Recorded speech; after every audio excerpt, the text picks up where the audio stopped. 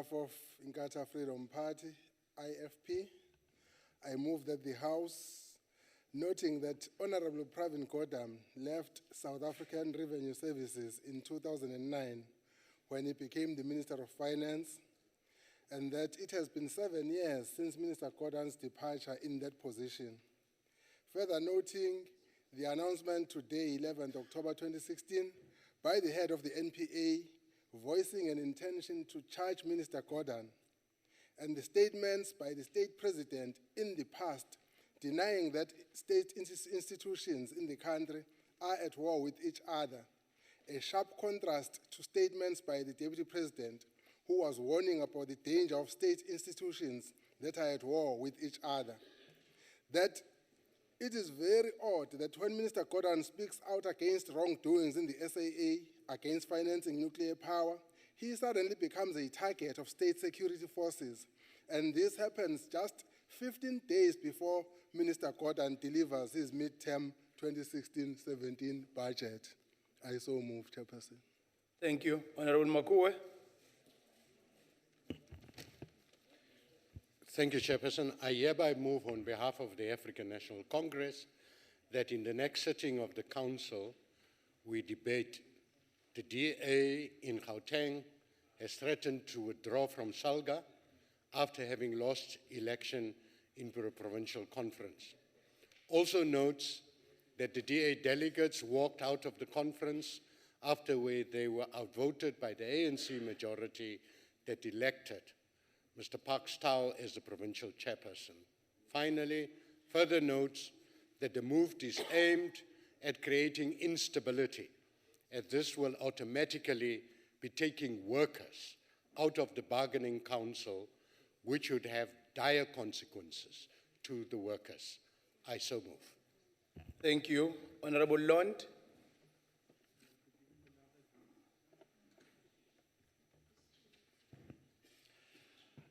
I hereby move on behalf of the Democratic Alliance a notice of motion that this House, at its next sitting, debate the conduct of army recruits at the various bases across the country and the readiness to serve our country and the continent when needed.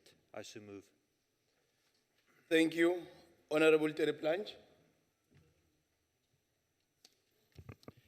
Thank you, Chairperson. On behalf of the Democratic Alliance, I hereby wish to move with a notice of motion that this Council debates the current level of business confidence in the economy, the impact on investments and job creation, the removal of red tape, and the facilitation of accelerated investments. I so move. Thank you. Honorable Harding.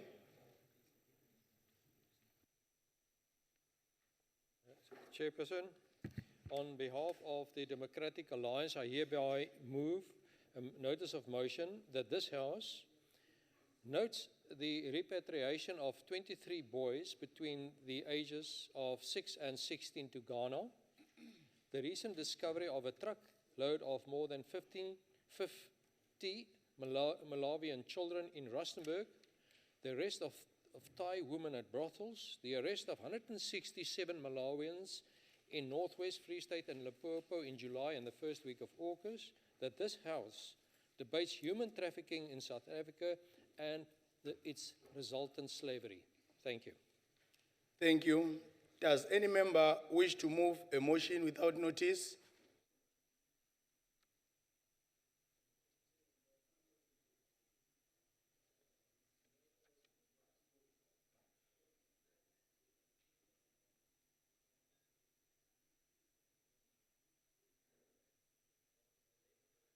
Honorable Mokwele. Thank you, Chair. I move without notice that the House note the sad passing away of Fezeka Kuzwayo, known in South Africa as Kwezi. Further notes that Kwezi passed away after a long illness according to the statement from her family. Acknowledges that Kwezi passed away without ever seeing justice. She was demonized, had her mother's house burned down and forced to exile by the supporters of Mr. Zuma, after Kwezi had accused Mr. Zuma of raping her. Further acknowledges that Kwezi's father Goodson Kuzwayo sacrificed his life fighting for freedom in his country, was jailed in Robben Island where he shared a cell with Mr. Zuma. It was this relationship between Mr. Zuma and Mr. Kuzwayo that led Kwezi to see in Zuma as a father figure. Further notes that many women in this country get subjected to what Kwezi was subjected to. They are molested, often with impunity, by men who have access to power. Sends our condolences to the family of Kwezi, wishing the strength in this difficult time and praying that Kwezi's soul rest in peace. I so move. Is there any objection to the motion? Is there any objection to the motion? In light of the objection, the motion may not be proceeded with. The motion without notice will now become notice of a motion. Honorable Mtimunye. Thank you, Honorable House Chair. I hereby move without notice on behalf of the ANC that Council notes that the Department of Energy yesterday unveiled coal-independent power producers Kanyisa and Tabametsi as preferred bidders to build two coal-fired power stations. Also notes that the plants will add 863.3 megawatts of electricity to the country's power grid in the next 5 years. Further notes that the two projects will create 6,613 jobs during the construction phase and 13,524 jobs during the operational phase. Therefore, wants to congratulate the department in their endeavor to make sure that we no longer have problems with availability of electricity and assisting in the economic development of our country. I so move, Chairperson. Is there any objection to the motion? The motion is agreed to in terms of Section 65 of the Constitution. Honorable Dlamini. Thank you very much, Honorable Chair. Allow me to arise without notice.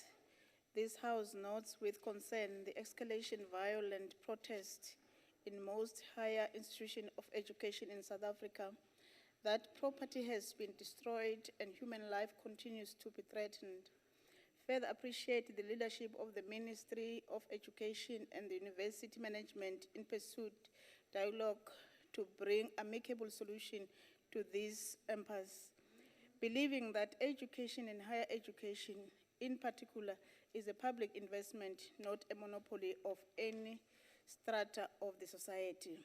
Therefore, call on all sectors of society, organized business, labor, religious fraternity, and different formations of civil society to intervene in this higher education crisis by mapping out a common, immediate, medium, and long-term intervention to this crisis. I so move. Is there any objection to the motion? In light of the objection, the motion may not be proceeded with. The motion without notice will now become notice of a motion. Honorable Mikalakis. Okay. Honorable Julius.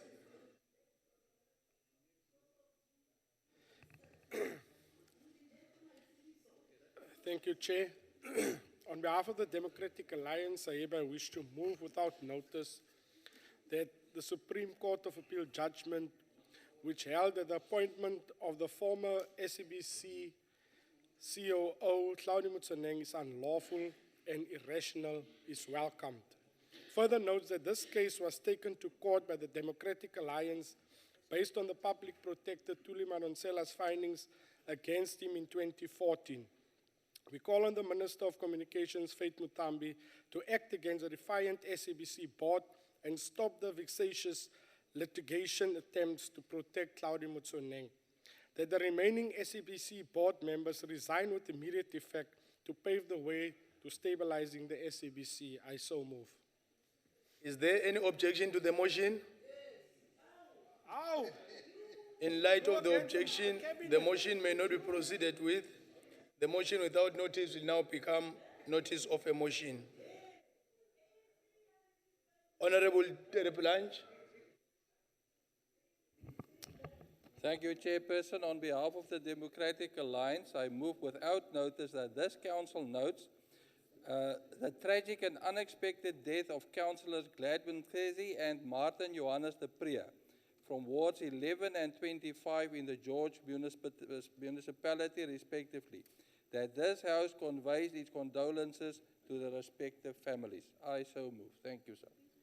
Is there any objection to the motion? The motion is agreed to in terms of Section 65 of the Constitution. Honorable Mtetwa.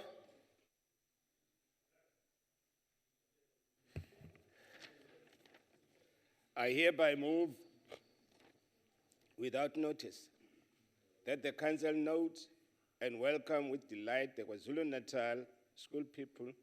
Snenhlanhla Dlamini has won the 2016 ESCO for Youth Science International, Scientist International Science Fair and badge a scholarship to study in Germany with an innovative energy-saving device. Also note that this Ongoye secondary school pupil was awarded her prize at an award ceremony in Bosbeck on Friday night after she won the 3-day science fair, where girls outnumbers the boys at 5,393 versus 3,564. Further note that the fields of science, maths, and technology are key to our development as a country. Therefore, applaud such initiative by ESCOM in cooperation with other stakeholders, and further congratulate Snenhlanhla, wishing her well in her future. I so moved. Is there any objection to the motion? The motion is agreed to in terms of Section 65 of the Constitution. Honorable Zwane.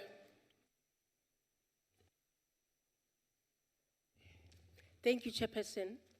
On behalf of the African National Congress, I hereby move without notice that Council 1 notes with appreciation that 14-year-old grade 8 Karabo Nkoli from Sasolburg has already surpassed his peers by becoming one of the country's youngest authors.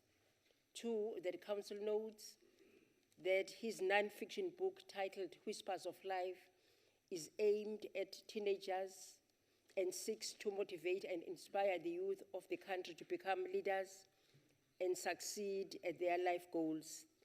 3, that Council further notes that born in Sasolburg in the Free State, Nkoli holds former President Nelson Mandela in high regard, as the late ANC stalwart has had an immensely positive influence on him and his life. And 4thly, that Council therefore applauds Karabo on the courage of writing books and further encourages him to do more. I will so move. Thank you. Is there any objection to the motion? The motion is agreed to in terms of Section 65 of the Constitution. Honorable Nseke.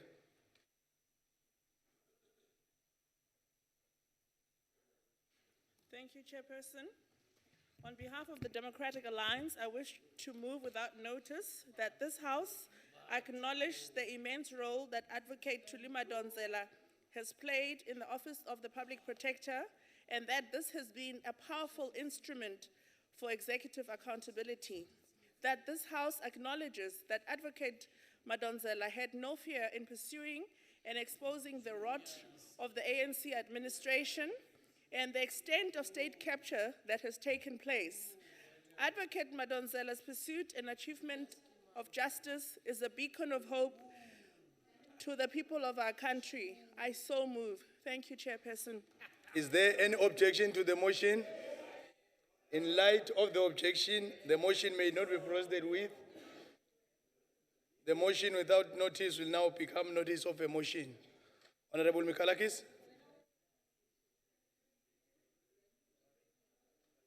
Thank you, House Chairperson. On behalf of the Democratic Alliance, I hereby wish to move without notice that Council notes that Archbishop Emeritus Desmond Tutu celebrated his 85th birthday on 7 October this year. Thanks the Archbishop for his continued contribution to our democracy, nation building, and his role as the conscience of our nation. And finally, that Council wishes the Archbishop peace, health, and joy in his 85th birthday. I so move. Is there any objection to the motion? The motion is agreed to in terms of section 65 of the Constitution. Honorable Chabangu. Thank you, Chairperson. Protection, Chairperson. Order, members. Thank you, Chairperson. I rise on behalf of the EFF for the Council to note that people of Malutia Pofung did not have water for the past 11 months. Water is brought to them by the JoJos, which benefit the ANC people only. Their toilets are stinking despite the fact that they have the biggest dam in South Africa, which is Sterkfontein Dam, which persistently supply Gauteng province with water wherever there is. I further note that the area have two flowing rivers, which is Namahadi and Khochan, that can serve as a solution to the problem if the municipality can think wise. Lastly, the EFF call upon the municipality to deal with the problem that affect the poor people directly, because Malutia Pofung has since been marked as a note by the former president. I so move. Is there any objection to the motion? Yeah. In light of the objection, the motion may not be proceeded with. The motion without notice will now become notice of a motion. Honorable Pakis. Order, members. Chair, I hereby move without a notice that the Council knows with profound sadness that the powerful and destructive hurricane slammed into Haiti and left around 1,000 dead and left 1.4 million people in need of humanitarian assistance last week. Further note that the Haiti authorities has to start burying the dead in the mass graves in different parts of the country because of the bodies were starting to decompose. Also note that there was a great concern about cholera spreading, and the authorities were focused on getting water, food, and medication to thousands of people living in the shelters. Therefore, our heartfelt condolences and sympathy to the government and people of the Republic of Haiti on this tragedy. I so move. Is there any objection to the motion? The motion is agreed to in terms of section 65 of the Constitution. Honorable Moshodi. Thanks very much, Honorable Chair. I rise to move a motion without notice that this House knows the success of the annual cultural festival, popularly called Mangaung Cultural Festival Makufe, which is hosted by the provincial government of the Free State in partnership with the private sector. That this festival runs for the whole week, providing a diverse range of cultural products and entertainment, and attract people from across South Africa and Lesotho. Further believes that the development of our culture is critical for the nation building, social cohesion, and as a catalyst for cultural tourism. Therefore, applaud the provincial government of the Free State together with the private sponsors for coming with this innovative program. I so move, Honorable Chair. Thank you. Is there any objection to the motion? The motion is agreed to in terms of section 65 of the Constitution. Honorable Nita. Thank you, Honorable Chair. I wish to move without notice on behalf of the African National Congress that Council notes that President has appointed Advocate Busisiwe Joyce Mkhwebane as the new public protector for the period of 7 years, with effect from the 15th of October 2016. Also note that Advocate Mkhwebane was selected from the 60 candidates nominated by South Africans, and her candidacy was endorsed by an overwhelming majority, with only the DA opposing her and accuse her of being a spy. Therefore, take this opportunity to congratulate Advocate Mkhwebane on her new responsibility and hope that she will serve the country with distinction. Also thank the outgoing public protector, Thuli Madonsela, for serving the people of South Africa with pride and dignity in the past 7 years, and wish her well in her future endeavors. I so move. Is there any objection to the motion? In light of the objection, the motion may not be proceeded with.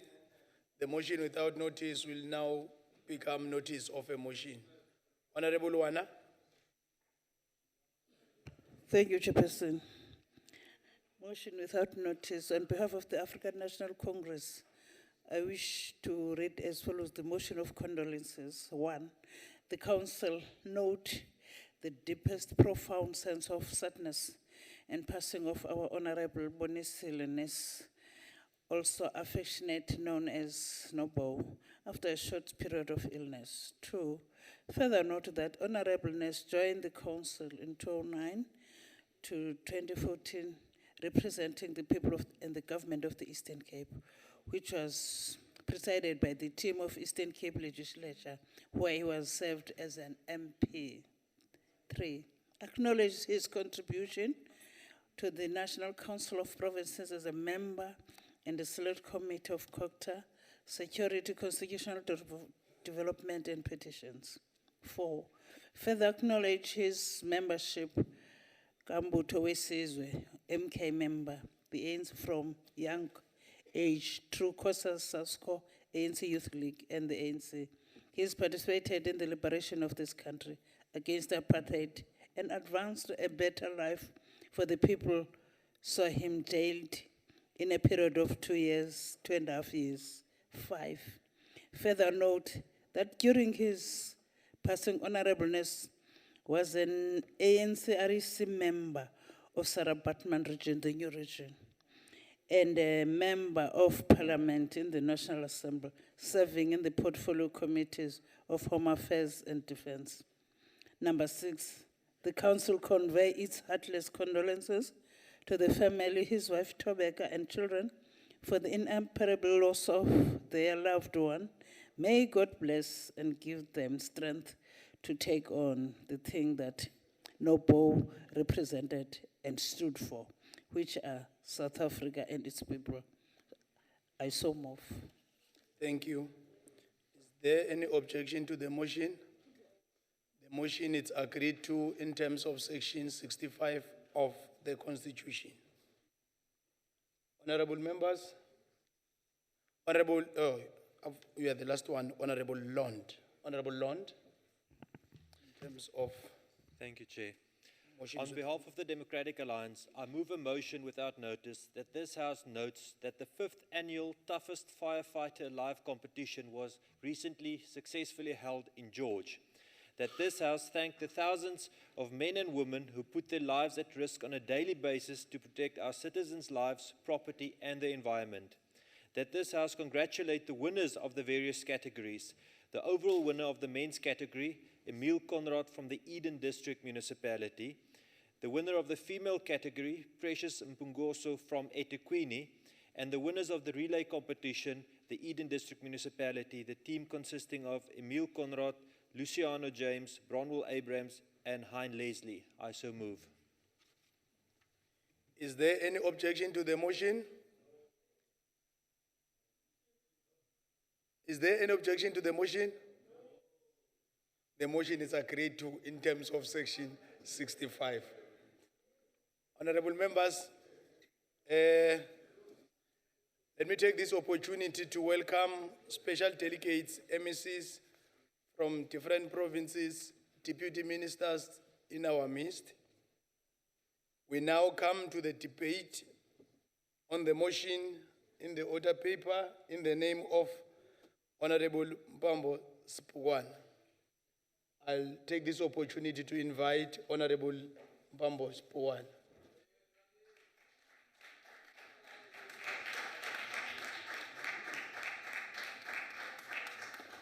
No wonder you are so beautiful, Marcus.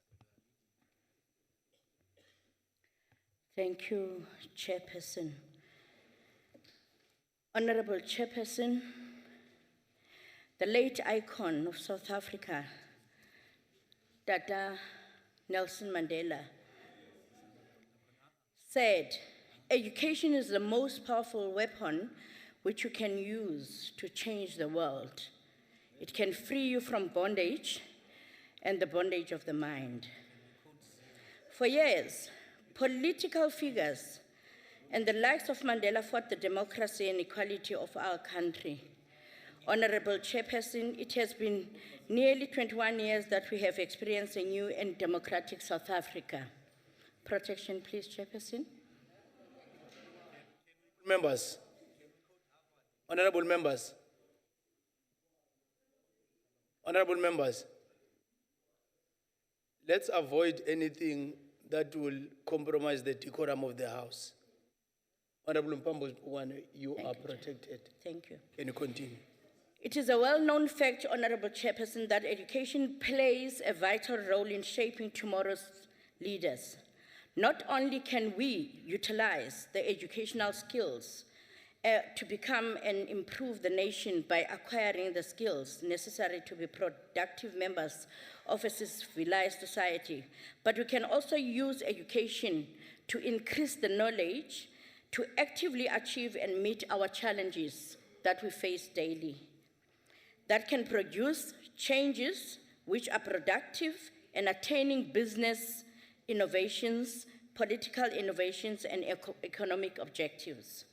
Honorable Chairperson, our country has a long and complicated history of education where, during the apartheid time, South Africa's educational system was significantly unjust.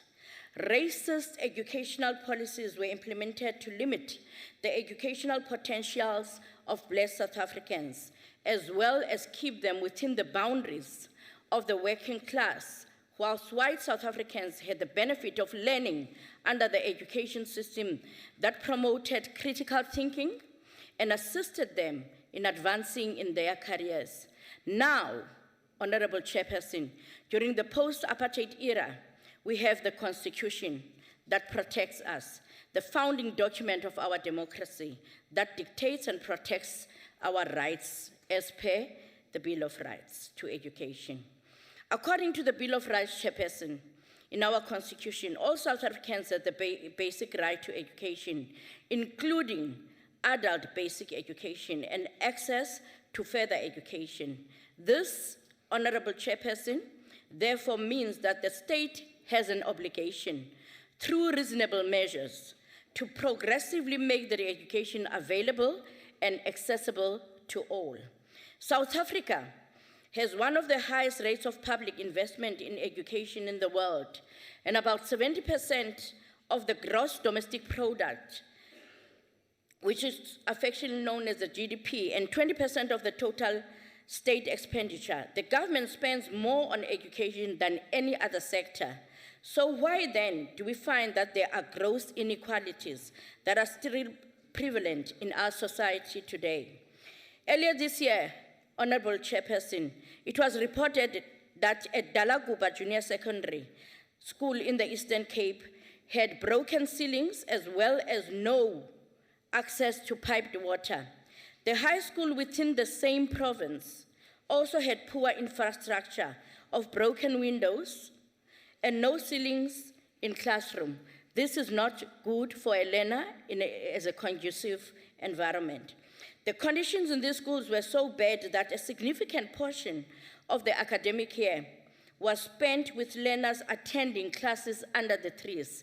This cannot be seen after years of democracy, and we call this equality. Just last month, a video of a teacher beating a high school learner in KwaZulu-Natal went viral. Poor governance and poor financial management are not new issues and are definitely not exclusive to these provinces. However, we have to admit that there is a trend in the quality of education in provinces that are mostly black, rural, and poor. These are the vulnerable numbers of our society. These children also have the potential to become positive contributors to our society and economy. We have to ensure that their rights are protected and not marginalized and overshadowed by the rights of students in more urban areas. Honorable Chairperson, I wish to say, when delivering or delving deeper into this problem, it was found that the main cause of the issue was the infrastructure budget cut of 12% after the department underspent. We as the Democratic Alliance Chairperson hold the belief that a conducive learning environment is essential for the students and qualified teachers, as well as other material resources, especially needed in order for students to truly flourish in their academic years. Very often, Honorable Chairperson, people talk about South Africa's education in crisis, inverted commas. As mentioned before, Chairperson, I wish to say that we know that the issue is not with the money. We as the DA believe that once the key issues pertaining to education are properly highlighted, plans for improving conditions in schools and in the lives of students would be easier to construct. We have to admit that there are discrepancies that exist between the learning and living conditions of the average, inverted commas, white students and average black students, which includes black, colored, and Indian, BCI. BCI students are not only vulnerable to dropping out of school, Chairperson, but are also vulnerable to taking the decision not to further their education by going to tertiary institution. The reason that this is the case is that the students from these race groups usually come from disadvantaged backgrounds where they have limited economic resources and have parents with lower levels of education. The location of a school, as well as the distance between the school and the home, acts as a barrier to children attaining their desired education. The learner-to-education ratio is a further indicator that it is important to consider, as educators play a fundamental role in determining educational outcomes, and it helps to access the quality of schooling that is offered to students. Honorable Chairperson, students who learn in overcrowded classes are susceptible for not attending school regularly or completely dropping out of school, as they are not given personal attention, which could help them succeed in class. We believe that more schools are needed in order to accommodate the educational needs of our children. We also believe that the better quality teaching is necessary in all learning environments. Finally, Chairperson, I wish to say that when we visited Limpopo, we were welcomed by monkeys in the first school of Vudzani Secondary because there is no fencing in the school. That also compromises the safety of learners in that school. Ironically, when we were in KZN, in one of the schools, the infrastructure in the school of KZN, led by Principal Mkhunu, the infrastructure of a school that's been built within 20 years has gone down and is dilapidated and is a cause for concern for conducive learning. I thank you. Thank you. Chairperson. Let me remind those that will be coming to the podium for the first time, we do have the watch in the screen, so you'll make it simple for me. Honorable Zwane.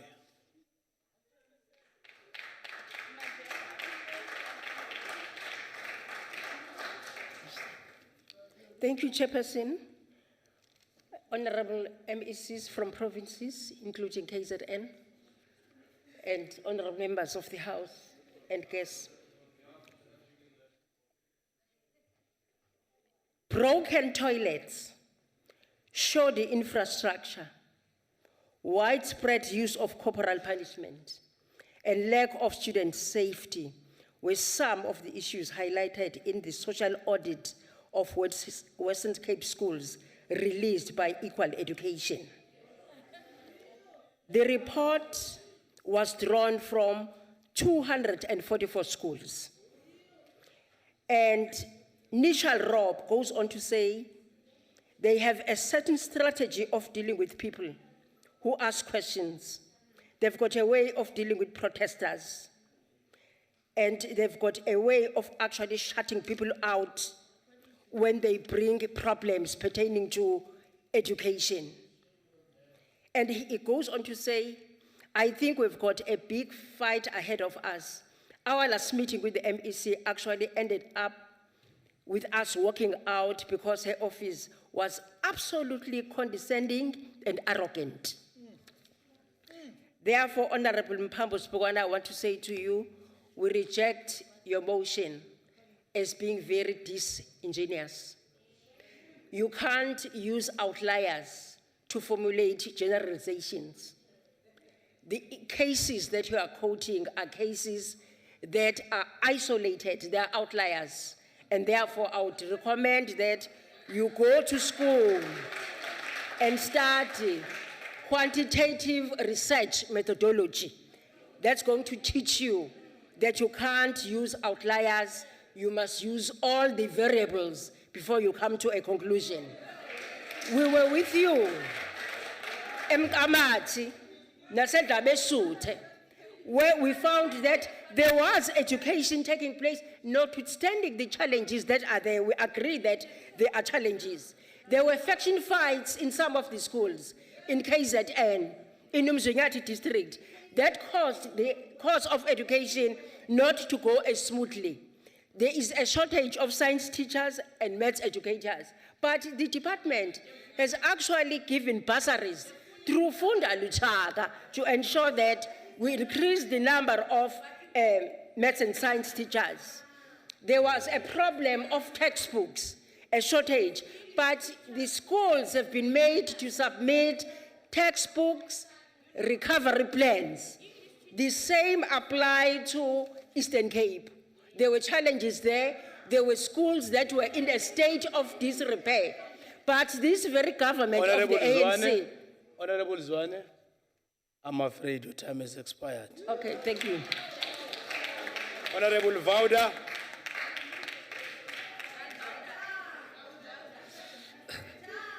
Allow me first and foremost to acknowledge the presence of our supreme forces, irrespective of whatever our perceptions might be. I greet all of you with Assalamu alaikum. The EFF has always been clear about the problems facing basic education in South Africa. We have for a long time criticized the fixation with the just senior certificate pass rates and focus more broadly on the education system in its entirety. Matric results do not account for the large number of pupils that drop out of school between grade 1 and matric. Of 100 pupils that start school, only 50 will make it to grade 12. 40 will pass, and only 12 will qualify for university. This is clear evidence that of the non-governance on the part of the ANC after 22 years into the new South Africa. Teaching and learning in the Eastern Cape have all but collapsed. Nearly 2,000 schools will lie dormant on the department school infrastructure priority list. Hundreds of thousands of learners continue to learn in mud structures. Overcrowded classrooms, schools without safe toilets, electricity or water, to name a few of the department's egregious violations of the norms and standards for school infrastructure. 22 years after ANC's non-governance. Some of the key factors identified were long identified by the EFF. Issues such as the inability to fill funded critical vacant posts in schools, the phenomenon of small schools that are difficult to resource, continued neglects of grades 7, 8, and 9, with huge implications for the FET phase and the matriculation results. These are issues we have been raising forever here, and the ANC is content with hearing the same problems over and over again without solving them. Despite these challenges, we are alarmed that Eastern Cape Provincial Education Department had underspent 530 million of its education infrastructure grant in the 2015-2016 financial year, which resulted in the National Treasury reallocating the money to other provinces. This has been ongoing in the Eastern Cape for far too long. If these engagements do not result in tangible outcomes to improve failures such as the Eastern Cape, then we are spiraling downwards. This is the reason the Eastern Cape has been the worst performing province for many years. But no action has ever been taken against anyone. No one has ever been held accountable for the sorry state of affairs in Honorable that Vauda, province. I'm afraid your time has expired. Honorable Hatting.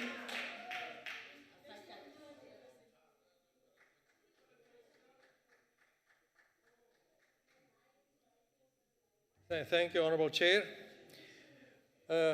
Honourable Chair, I think most of us were actually shocked once again, by Honourable Zwane's Western Cape obsession, which in fact today reminded me once again of the decadent emperor of Rome, Nero, who allegedly played fiddle while Rome was burning. The country's education system is burning, Honourable Zwane, and you come here and you focus on the Western Cape, with Gauteng, the best performing province in the country.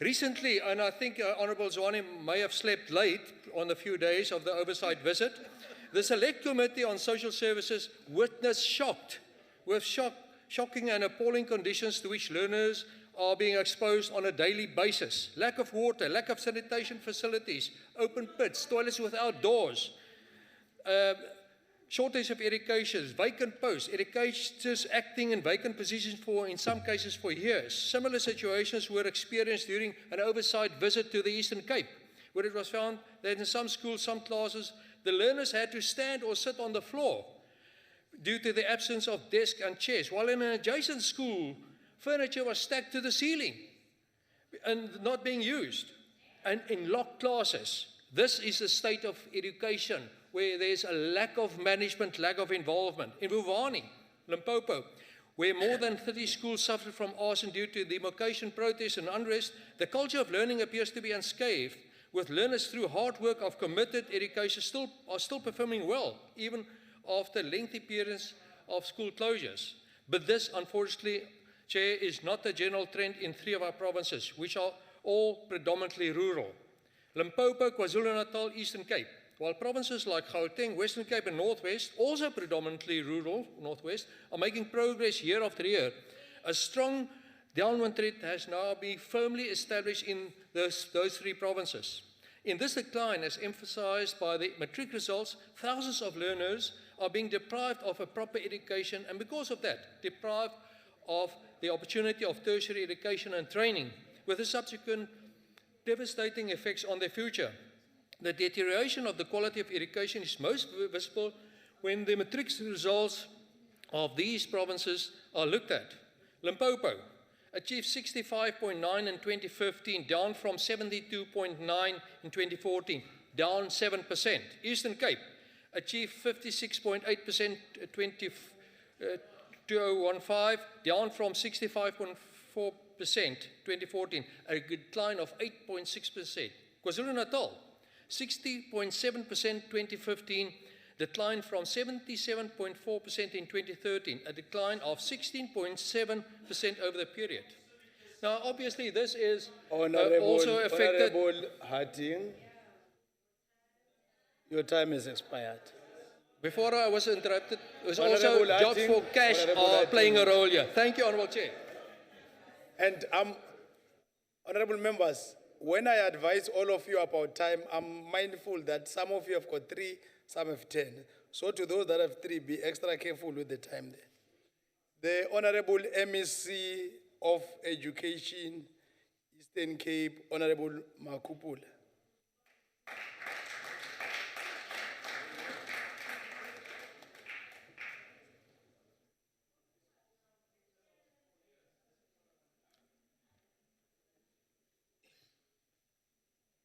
Thank you very much, Honorable Chairperson of the session.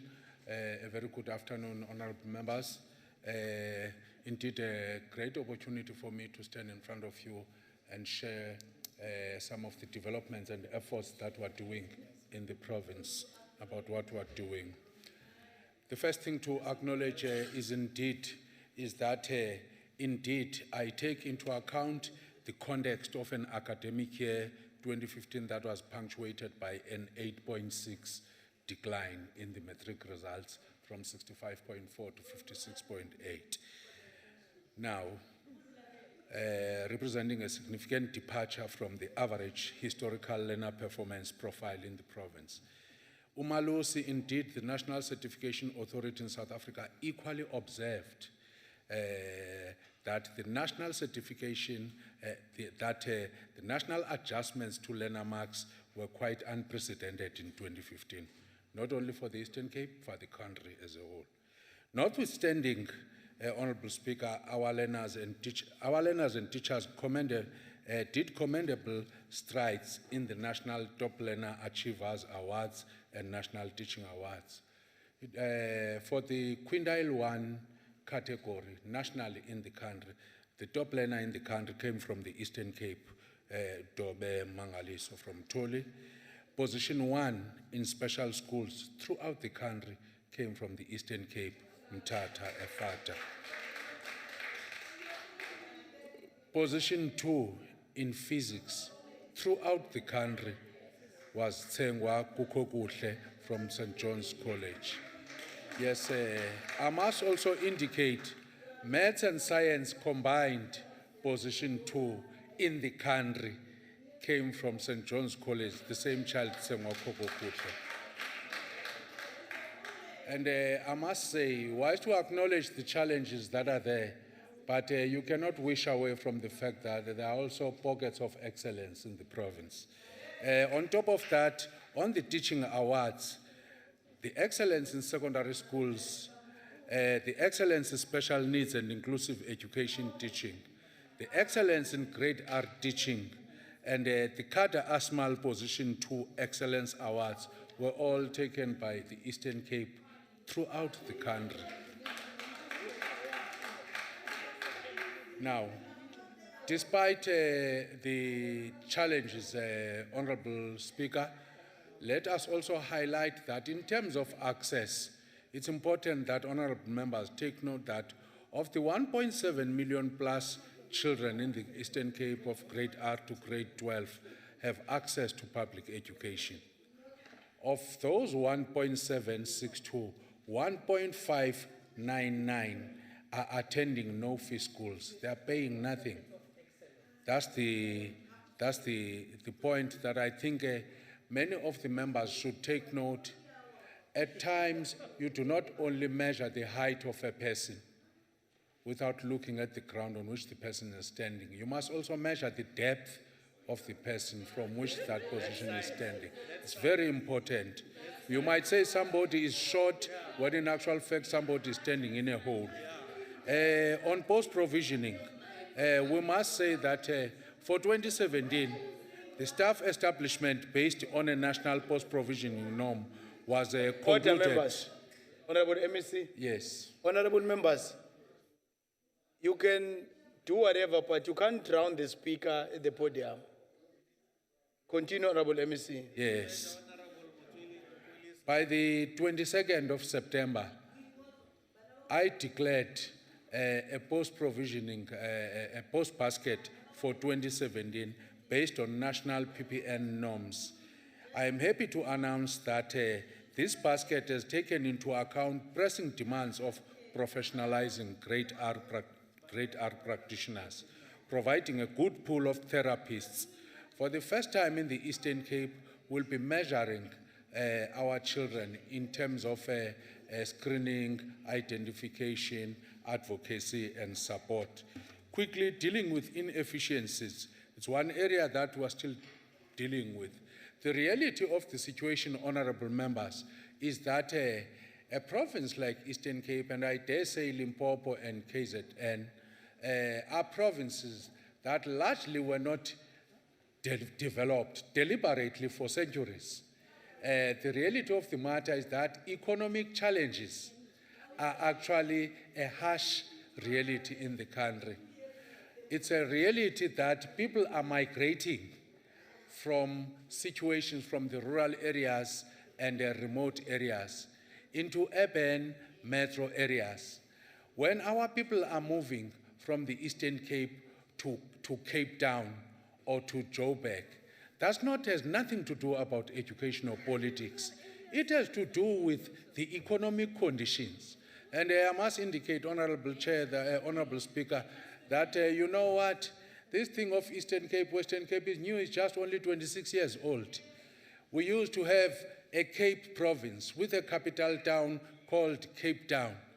This Cape Town was developed by our forefathers and our foremothers. Their energies were spent here. Today it is what it is, not because of the people of Western Cape, but because of people of South Africa. And therefore, when people talk about refugees, that children who move from Eastern Cape to the Western Cape are refugees, people must not be short-sighted. People must take into account that Western Cape is what it is because of the contribution of South Africa. And as I move towards the strategies that we're doing, Honorable Chair, in terms of what are we doing in terms of the metric countdown. In the first place, in the Eastern Cape, we've registered 94,000 learners. Honorable MEC, Yes. can you take a seat? Honorable, why are you standing? Chairperson, I would like to know if the MEC would take a question on our Thank you. oversight 4 years ago No, in the Eastern Cape. no, you can't do that, Honorable Fab. I must first ascertain, you can't just ask the question. Honorable MEC, are you ready to take a question? Well, because of time, Honorable Speaker, I will not... No, he's not ready to take a question. Yes. Continue, MEC. Yes. Yes, Honorable Speaker, I must indicate that this year we've registered 94,000 full-time learners, 20,000 plus part-time candidates. And we've focused on, of the 924 schools that have got matric doing matric class in the Eastern Cape, we've targeted 560 of these schools, where the majority of learners coming from poor backgrounds were paying attention to. You can't make a difference if you're not going to spend your time where the majority is. Let me speak on cleaning the system, dealing with inefficiencies. Probably the ghost issues are going to emerge. From this year, Honorable Speaker, in April, in the Eastern Cape, there were more than 560,000 learners that had a challenge around IDs. Others did not have IDs, others had invalid IDs. But after the vigorous campaign that we got into, I am glad to indicate that by now, September, 72,000 of them only do not have IDs. We've reduced the numbers radically and drastically. The interesting part is that as the numbers are getting reduced of those that do not have IDs, invalid IDs are emerging. We have a child who's doing grade 4 with an ID that starts with 1964. These are some of the challenges that we are dealing with. So we're beginning to Honorable deal... MEC? Yes. Sorry, Honorable Julius, why are you standing? Thank you, Chair. I wondered at this time, is the MEC prepared to take a question? Honorable, order members, Honorable Sure you have MEC, are you ready to take a question? I hope if I have a minute at the end, I might listen to the question. But let Okay. me cover the main points first. Thank you. Continue, Honorable MEC. All right.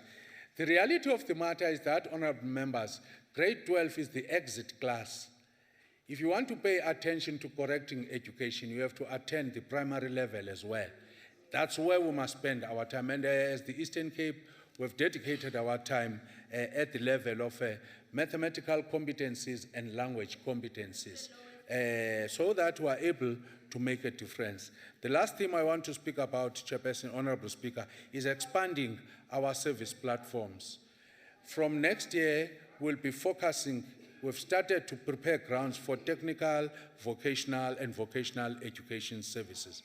Because we do believe that at the moment, Whilst with these challenges at an academic level, especially at tertiary institutions, the reality of the matter is that we must capacitate our learners at artisanship level so that they make a difference in the lives of our children. We've also expanded to maritime schools. We've started maritime education with 2 schools at George Randall and Ngwenyati, which is a rural area. We've also increased our telematic centers in the province. Honorable Speaker, let me just say also how I wish that the honorable member, Honorable Pambo Subukwana, to say when you speak about Dalagupa, please also ask a question at Dalagupa. What have they done about the money that is allocated to them for norms and standards for school funding that deals with fencing, broken windows? So the issue, whilst I accept that the school might have broken windows, but we also have a right as public representatives to ask what has the money allocated school been done by the school, rather than grandstand here in Parliament. The right question to be asked is at the principal of the school. Lastly, let me also say, honorable members, indeed, honorable members, the uneven development in South Africa is a historical challenge that we cannot run away from. South Africa, unfortunately, with its historical development, some areas have been identified as production zones. Your minerals areas, your Gauteng, your northern, your... Honorable MEC. Yes. I'm afraid your time has expired. Thank you very much. Thank you you very much. The Honorable MEC from KwaZulu-Natal, Honorable Duane.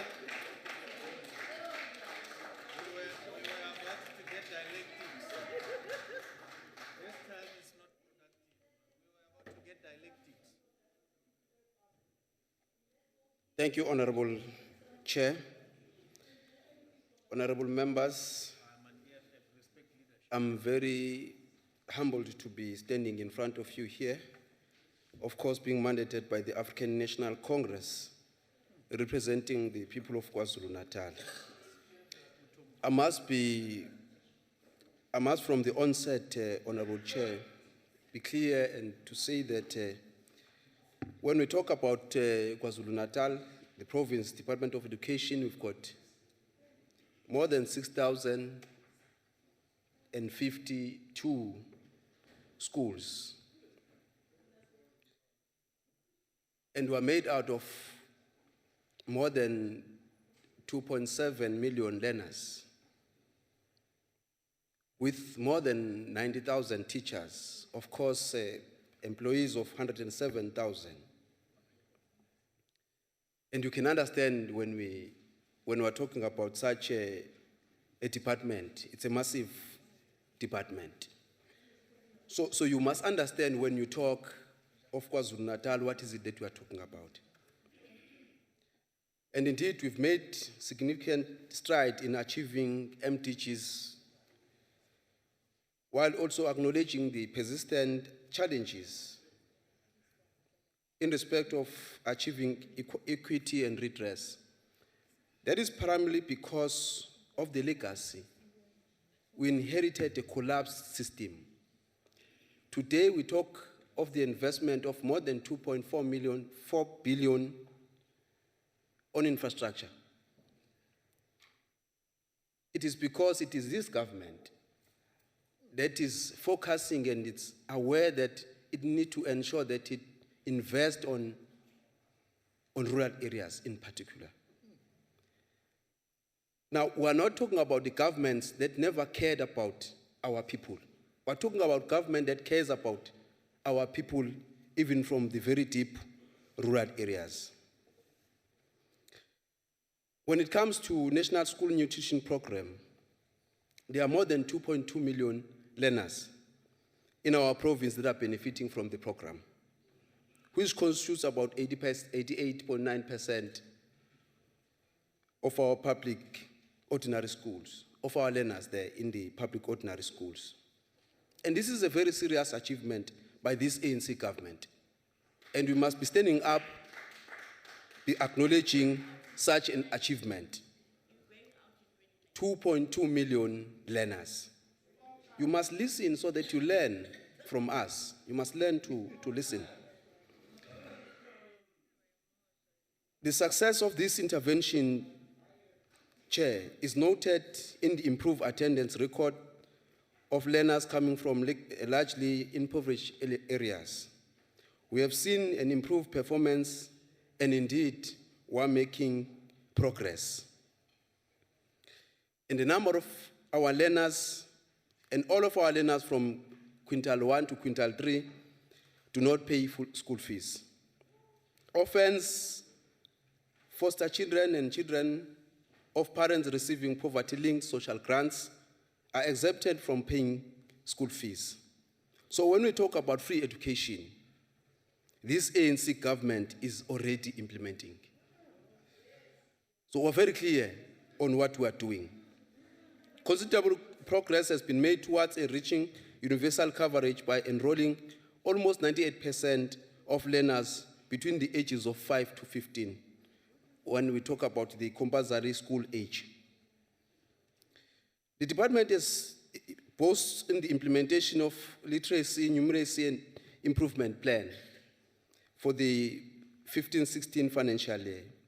And we had specially designed charts, fresh cards, and sentence strips were provided to targeted schools in the effort to nurture reading, because we've realized that comprehension has been identified as one of the elements that impacts on our learner attainment, on the performance. So that's why we're focusing on it. We've also supplied LTSMs, packs, and textbooks to a number of schools as we do. And as we speak right now, we're almost complete in terms of the distribution. Honorable Chair, we must indicate that there is empirical evidence that suggests that dropout rates at grade 10 to 12 are much higher than the lower grades in the education system. That the boy learners in grade 10 to 12 are more likely to drop out than girl learners. Honorable MEC, sorry. Honorable Mokwele, why are you standing? Thank you, Chair. On a point of privilege, I just want to know whether do we have a new chairperson, because I'm seeing the Honorable Deputy Minister is sitting there where the chairperson of the council is sitting. So maybe you forgot to introduce to us the new chair. Honorable Mokwele, there's nothing wrong with with that sitting arrangement. Can you continue, Honorable MEC? Thank you so much. Welcome, Honorable Deputy Minister. Chair, this month, I must report that this month, as we're speaking, we're introducing sanitary towels program, in our rural schools to assist our girl learners. And these are the programs that we are going to continue implementing. We're very clear in this program. We've also intensified... Honorable MEC, Honorable Engelbrecht. Mr. Chair, thank you. I'm standing on point 33. If you can ask the MEC to elaborate on the free education, tertiary free education. Honorable Engelbrecht. Honorable Engelbrecht, we are quite aware about the rules. Can you take your seat? Continue, Honorable MEC. We have also intensified our efforts in increasing the number of girls. Honorable Hatting. In terms of our rules, which you have applied in the past, the Honourable MEC must sit down if you take a point of order. Order, members. Yeah, the point of order is sustained. You are correct, Honourable Hatting. I will do that. Can you take your seat, Honourable MEC? Honourable Hatting.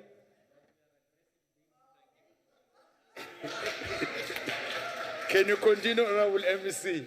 No, really. We have also intensified our efforts in increasing the number of girl learners pursuing mathematics, science, and technology at FET level at our school and beyond. More female learners in our province have enrolled then more. Honorable MEC, sorry, can you take your seat? Honorable Julius? First, I just wanted to check whether MEC knows the rules, but secondly, is he willing to take a question, Chair? Okay, Honorable MEC, are you ready to take a question? Not now. No, he's not ready. Yakuba. Continue, Honorable MEC. No, you see, Chair, it can be seen when people, they realize we are talking facts. Our efforts are bearing fruits because KZN is now the country's capital of mathematics. We command the biggest percentage of learners offering core mathematics in the country compared to those who take maths lit in the province. We've got 59% core maths as opposed to 41% maths lit. Honorable Chair,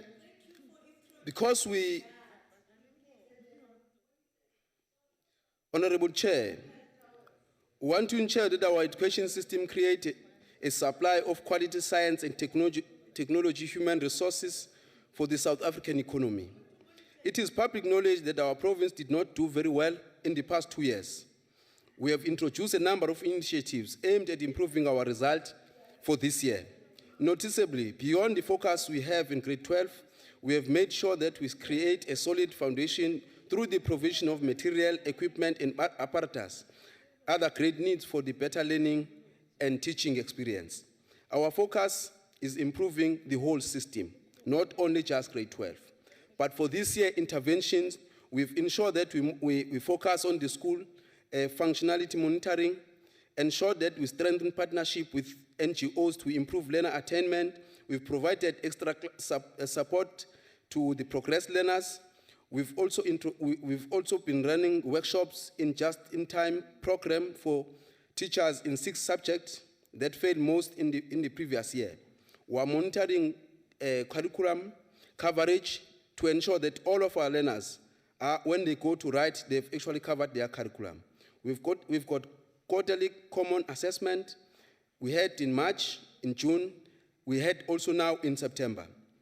We've capacitated and we are continue capacitating our school management team.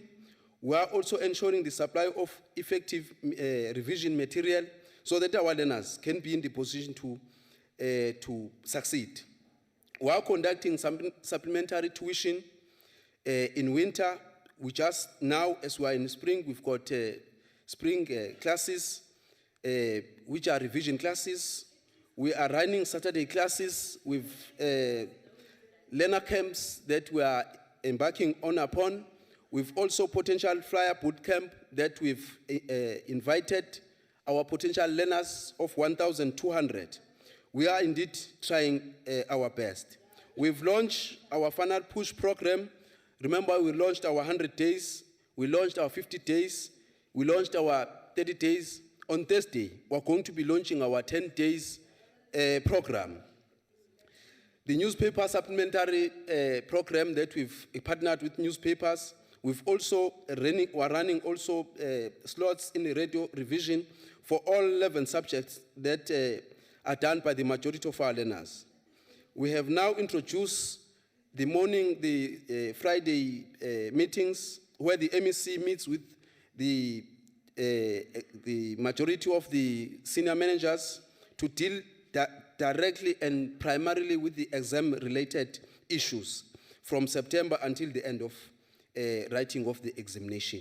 We have intensified our campaign aimed at restoring the moral fiber of teachers to see learners as their children and disease from unsavory relationship with them.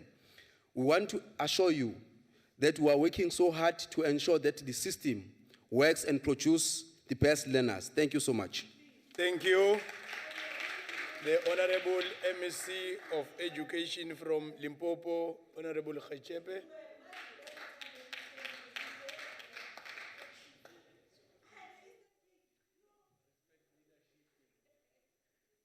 Thank you very much, Chairperson, members of the National Council of Provinces, my colleagues from the provinces, MECs here present, the Deputy Minister, Thank you very much. We're honored to take part in this debate, Honorable Chair. I must indicate that we're doing our all to ensure that we provide basic education to the schools in our province. The components that we're fighting on to ensure that we maintain quality basic education in Limpopo province involved, among others, provision of learner-teacher support materials, habitable school infrastructure, scholar transport, teacher provisioning, and development, school safety and governance. A couple of years ago, Limpopo was synonymous with the non-delivery of learner-teacher support material.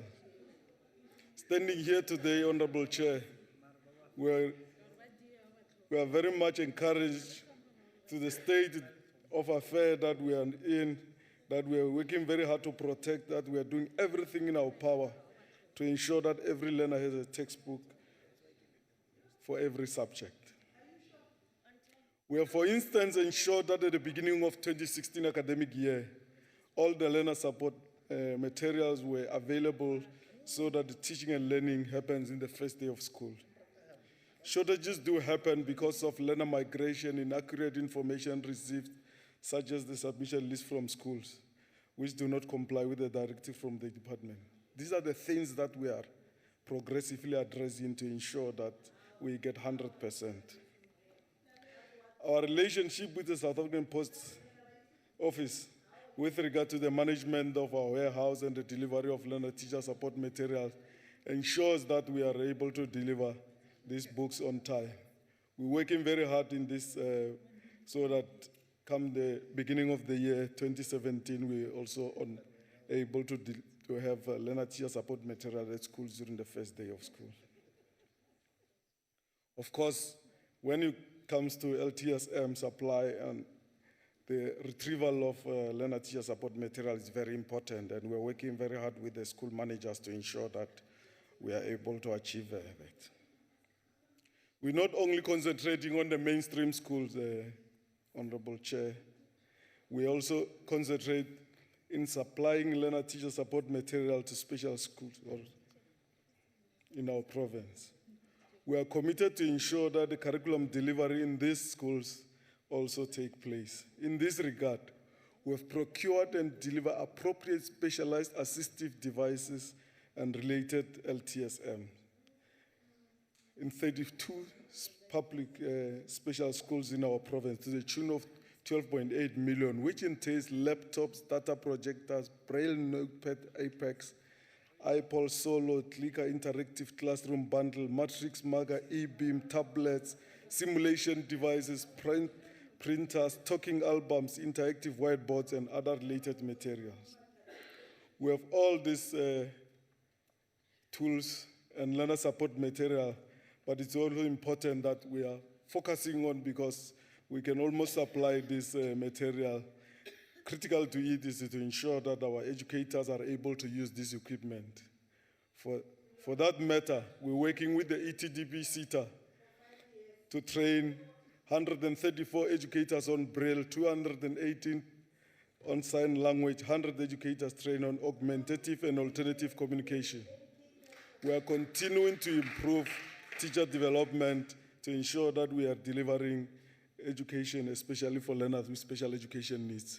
But for this category of schools, we also need personnel to be able to ensure that we deliver better quality education. We have filled 179 support staff posts in special schools, and 131 professional and support staff posts will be filled in this academic year by February 2017. These posts include house mothers, fathers, to look after our learners, accounting clerks to manage the finances, drivers and cleaners. And this kind of professionals such as social workers, professional nurses, who are very critical for the functioning of special schools.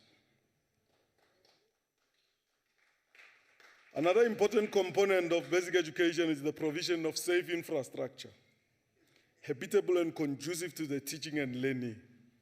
We are one of the provinces that has, in this country, that has, in the past 2 years, spent its entire infrastructure budget in its quest to eradicate all inappropriate school infrastructure.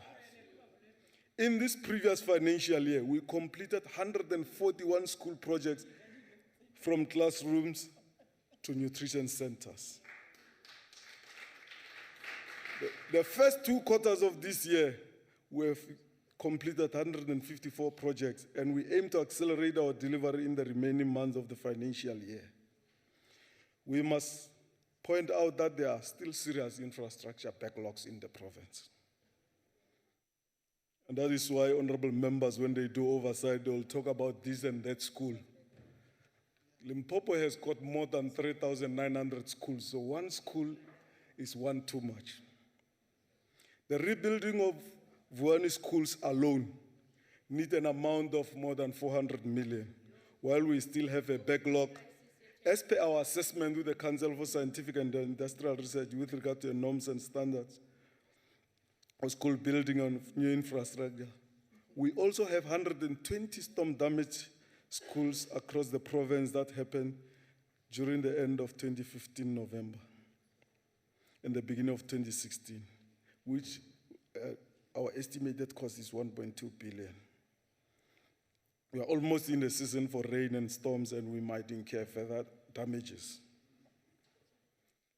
Honorable Chair, the Department of Education has made great strides in ensuring that needy learners who walk long distances to school are provided with scholar transport.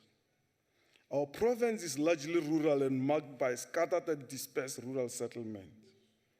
The learner transport program has tremendously expanded since 2006 and 7, where we're transporting 10,000 learners to the tune of 21 million. Currently, Honorable Chair, we are transporting 31,703 learners in 372 schools to the tune of 145 million. One of the issues that has been raised in this August House, which honorable members have been asking us, has been the continued improvement in the management of finances in the province, in the department.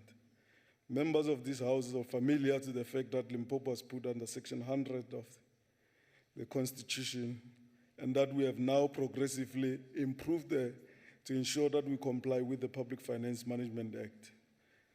Of course, we are working with the Provincial Treasury in terms of Section 18 of the Public Finance Management Act to ensure that we continue to improve the financial management, and working with the Auditor General's Office to ensure that come 2017, we are able to get a proper audit outcome. Besides the solid partnership with SAPS, our intervention has also focused in addressing elements of physical infrastructure related to proper fencing, burglar proofing, and strengthening of partnership with relevant stakeholders, especially because school safety issues are also a challenge in the province. The success of these efforts, of course, rely largely on parents and communities to work with the schools to ensure that our children are safe and realize their full potential. It is therefore important for parents and communities to participate actively in addressing and promoting school safety, as they are well positioned to see to it that children are safe where they are. Of course, one of the programs that we are engaged in is the National School Nutrition Program. We are feeding 1.6 million children per each school day in the province. We are addressing the challenges relating to our efficiencies and effectiveness, especially when disruption of education takes place. This program is affected, as it happened in the area of Wuhan. The total number of schools in our province benefiting from the Northeast schools are 95%.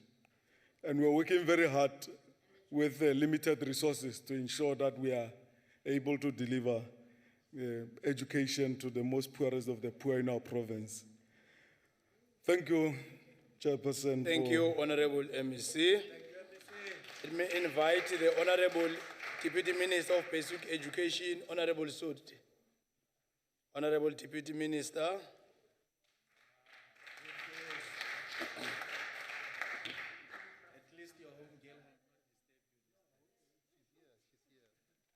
Thank you very much, Honorable Chairperson. I think my home girl was complaining about the seat because she wanted me to sit next to her and not so far away from her.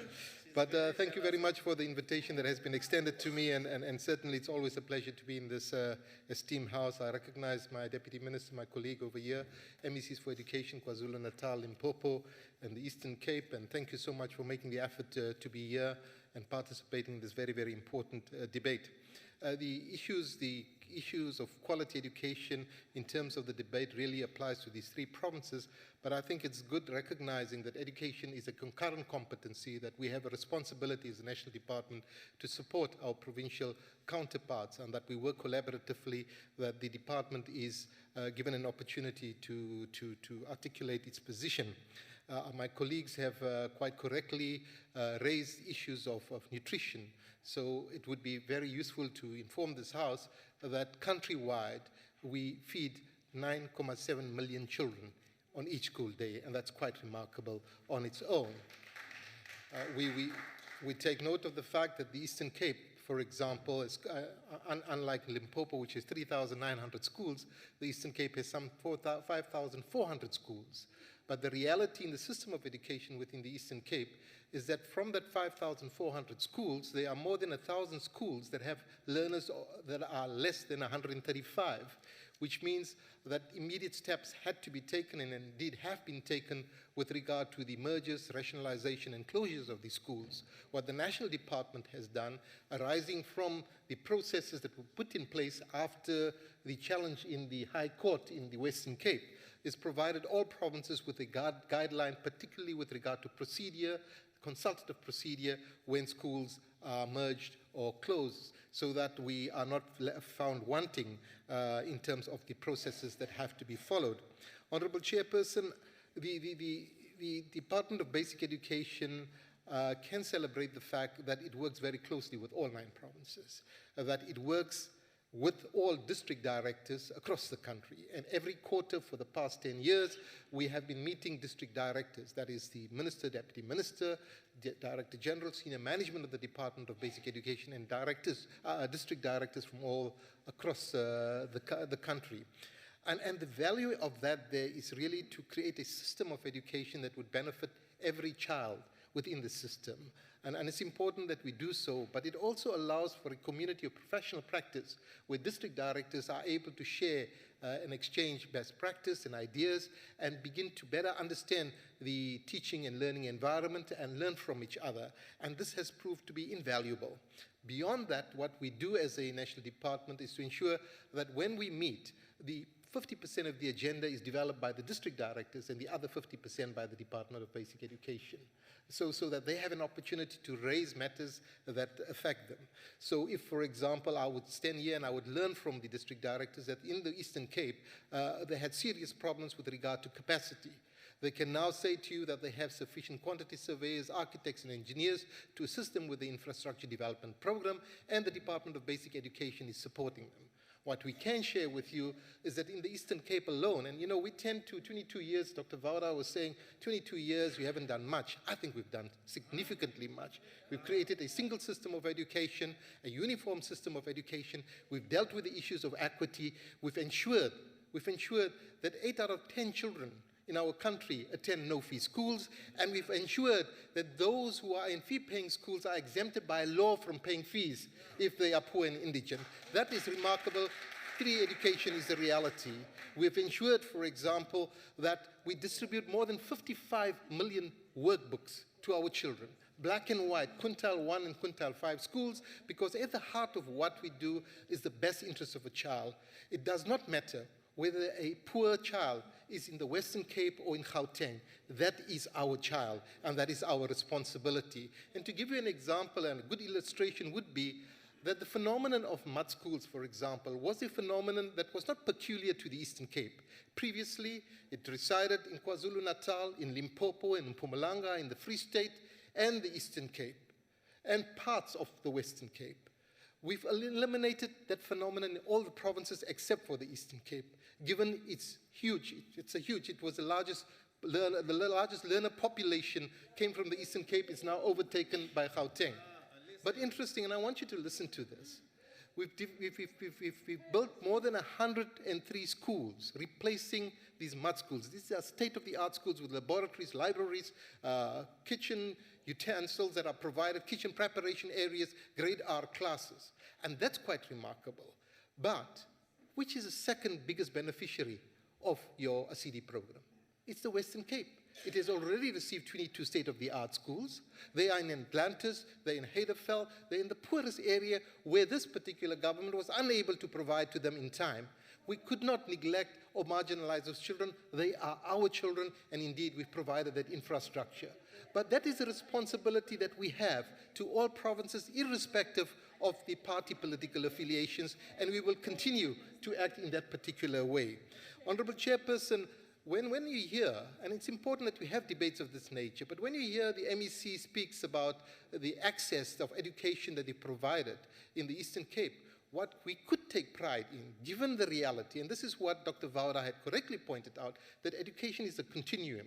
It's not about your grade 12 examination result, but it starts off from your preschool to your school and beyond. And insofar as that is concerned, I think the Eastern Cape has done remarkably well. 98% of grade R learners are in school. That's quite remarkable. And more than 95% of the learners in the Eastern Cape attend no-fee schools. And more than 96% of learners in Limpopo attend no-fee schools. So that's quite remarkable. Strides are being made, changes are taking place, and challenges are there. But the question then is, and I don't think any of the speakers, including the honorable member who started the debate, had reflected on what do we do about the outcomes for grade 12. And perhaps we should reflect on that, and not in a negative way, but in a positive way.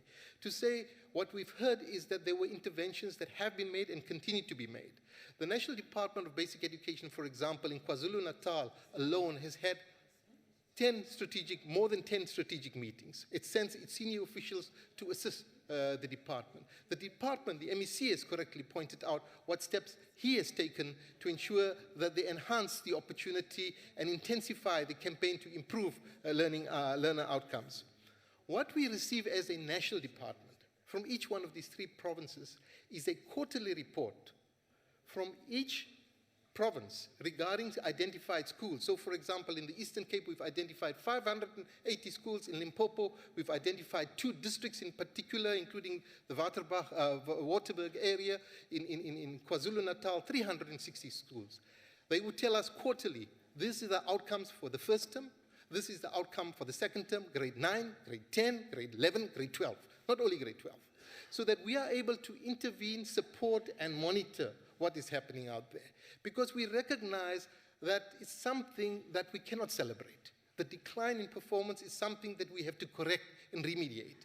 It is that honesty that results in us collaborating with each other and saying, well, we have to do more. Now take Limpopo, and it's a good example to use Limpopo, Honorable Chairperson.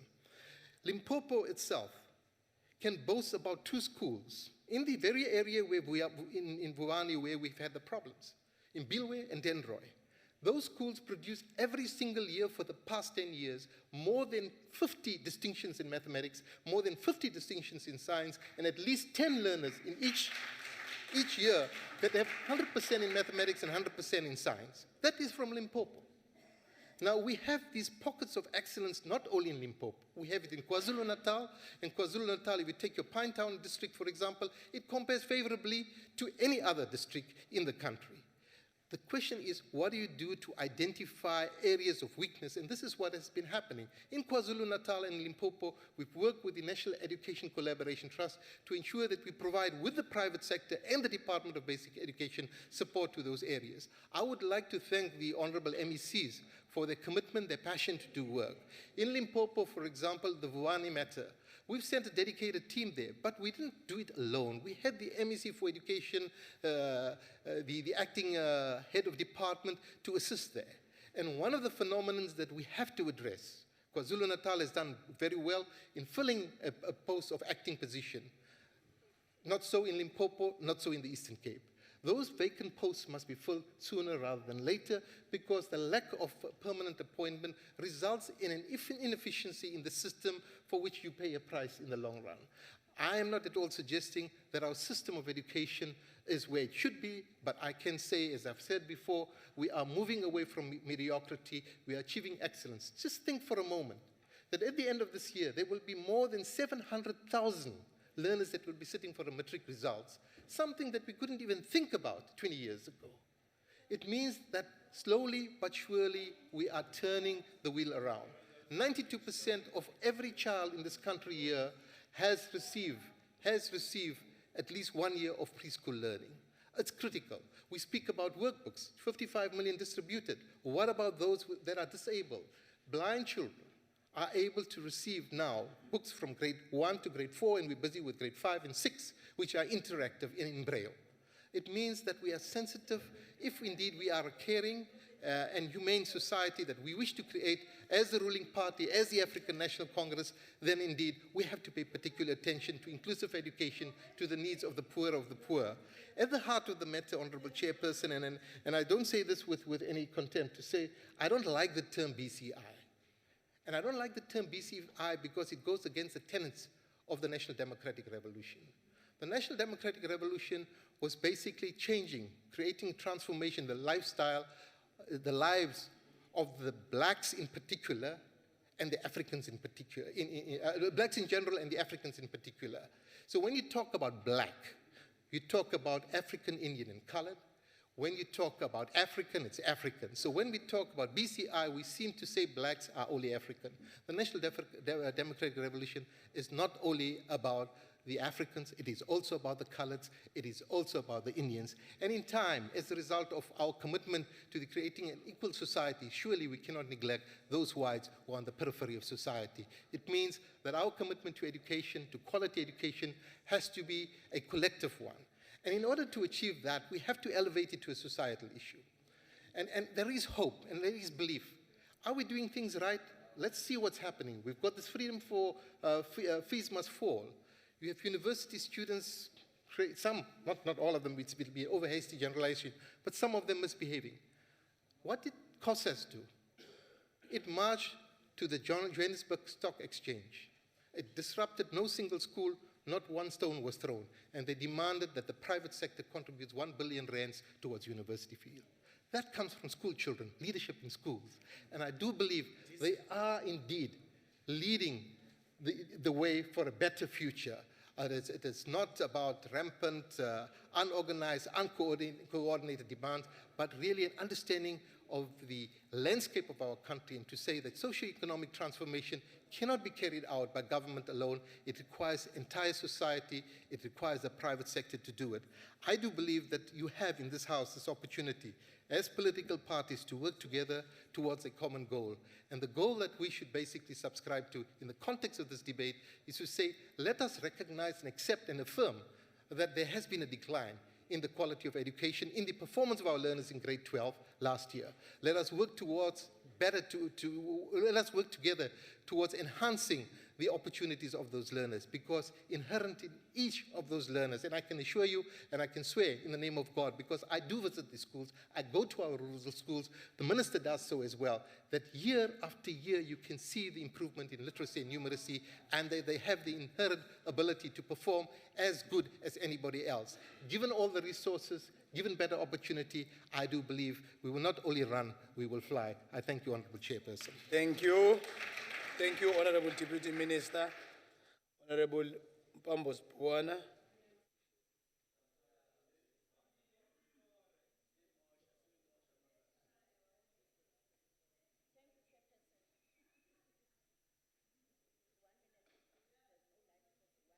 One minute, 54 seconds. Please, can I be compensated, please? Can you continue? I'll take care of the rest. Okay. Thank you. Chairperson, I'm very glad that the previous speaker, Deputy Chairperson, acknowledged that there is a decline in education in the Eastern Cape. He says it out of his mouth. And allude to the invitation that I must give strategies on how to rectify the wrong. To address systematic issues, a number of interventions are necessary, which includes, firstly, ensuring that the teachers are accountable and therefore their performance appropriately selected, not catered, deployed, trained, and supported. Where subject expertise is more difficult to cultivate and retain, using the roving teachers who are not employed by the specific school, but who move between schools in a certain district during the academic year, and that will alleviate the employment opportunities. Also, to ensure the highest possibility on quality of learning at schools by performance-related incentives for school management based on excellence in education outcomes as a measure through national assessment or improvement in education outcomes over the time. Let me put it straight, Honorable Chair, to the Honorable Kechepe of Limpopo that the schools must receive textbook timeously. They must be delivered timeously. One of the things that we heard that there's late delivery of textbook. Still, that we also recognize the importance of technology as a powerful enabler of opportunities in education, and that the e-learning has the potential to close the gap between the well-resourced and the poorly resourced schools. Take this as a model from the Western Cape. And that these access to utilities, sanitation, especially in Vuzani, where sanitation, the ablution services are in an appalling stage. This is a compromise, Chairperson, to the dignity of our learners. The libraries, the laboratories, workshop and basic information technology and communication equipment. We all believe in quality education and for all individuals, regardless of race, class, and gender.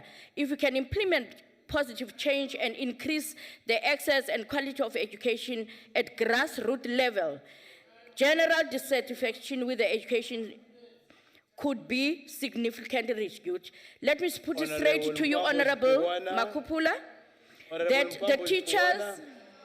I've added even a minute on top of... Can I thank everybody? Conclude. Conclude. Yes. Honorable Makupula, to say the ghost teachers that were paid by Portia Sizani, you need to retrieve that money and give it to the right people, the learners. Let me take this opportunity, Chairperson, to thank every effort that was shaping and restructuring the education, and saying also to Honorable Sorti, the nutrition is given but the kitchen are not provided. I thank you. Thank you. Honorable members,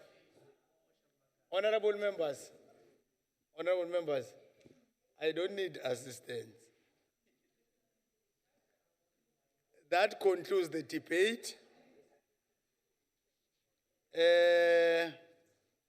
Honorable members, let me thank the Deputy Minister and the MECs.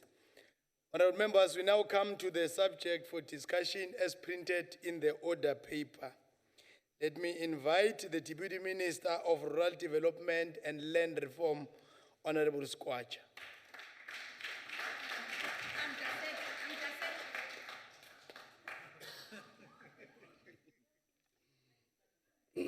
Thank you very much, Honorable Chairperson.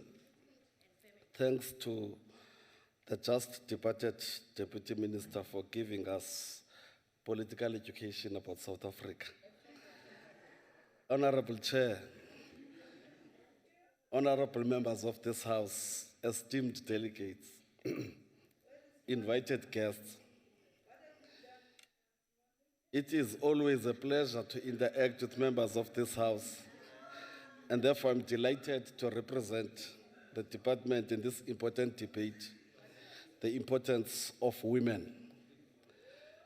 Though we are discussing a very important subject about women, it's quite disgusting that a woman is disturbing a debate about women.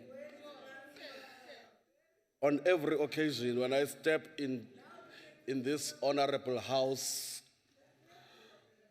Honorable Chair, memories of the former late Chief Whip, a comrade, a friend, Umamngocha, Umsunu, Honorable Nosipho Dwanambi, forced themselves to the fore When I enter here, it would seem that I would see her sitting somewhere. Our theme today, the road to 2030. Rural women at the forefront of Agenda 2030. Not Franzman. I hope that more delegates present here today will agree with me when I say there are just not enough days set aside to recognize the contribution of women in general as we advance towards the national democratic society. This holds particularly true for our rural women because rural women, more than any sector of women, face daunting challenges. Thank you, leadership of the NCOP, for forcing us to remember our rural women, the most downtrodden even amongst women. Omama ingabo abenza kutyiwe emakhaya, abalanda amanzi, bathwale inkuni. The first International Day of Rural Women was observed on the 15th October, 2008. This new International Day, established by the General Assembly in its Resolution 62/136 of 18 December 2007, recognizes the critical role and contribution of rural women, including indigenous women, in enhancing agricultural and rural development, improving food security and eradicating rural poverty. This in line with government's 9-point plan on revitalizing agriculture and agro-processing value chain. As our country celebrates the 60th anniversary of the 1956 Women's March to the Union buildings, rural women also need to be considered for their efforts and contribution in fighting for the emancipation and well-being of their communities. In its mission to support the government's overall transformation agenda, our department is committed to national, regional, and international initiatives aimed at developing and empowering women. This is done in order to ensure the empowerment of women in rural areas, not only in their individual capacity, but also as agents of change, irrespective of where they come from. Capacitating women in rural areas would enable them to participate in the overall economic productivity, given their large presence in the agricultural workforce worldwide. Our department has since initiated and supported activities that put rural women to the front through consultation and involvement in its developmental programs and projects. The mainstreaming of women issues into departmental programs and projects that are aimed at improving their socio-economic development, especially in those remote areas of the country, has since been the core business of the department. The National Development Plan, which is the long-term plan of the Republic, states that rural communities require greater social, economic, and political opportunities to overcome poverty, quote unquote. To achieve this, the department has introduced the Rural Economy Transformation Model as the system under which rural development and land reform must be undertaken. This model focuses on 4 key areas: land, cropping, livestock, and community. Under the key focus areas that have been stated, there are various programs and projects that are being undertaken by the department to advance the developmental agenda of women. They include the NARISEC program for young women, recapitalization and development program, proactive acquisition of strategic land. For instance, the strategic land acquisition from 1994, the previous Department of Land Affairs implemented a land distribution program that enabled eligible individuals and groups to obtain a settlement land acquisition to a maximum of 16,000 per household for the purchase of land directly from a willing seller, including the state, in terms of Act number 126 of 1993.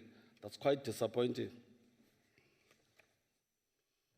This grant enabled beneficiaries to practice mixed land use in that it could be used for both agriculture and housing.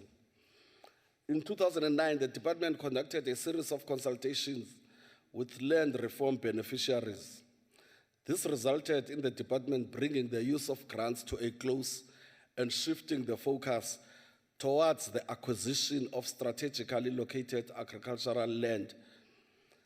This land would then be made available to beneficiaries that included, amongst others, farm workers, National Rural Youth Service Corps, NARISEC, participants, women and unemployed agricultural graduates.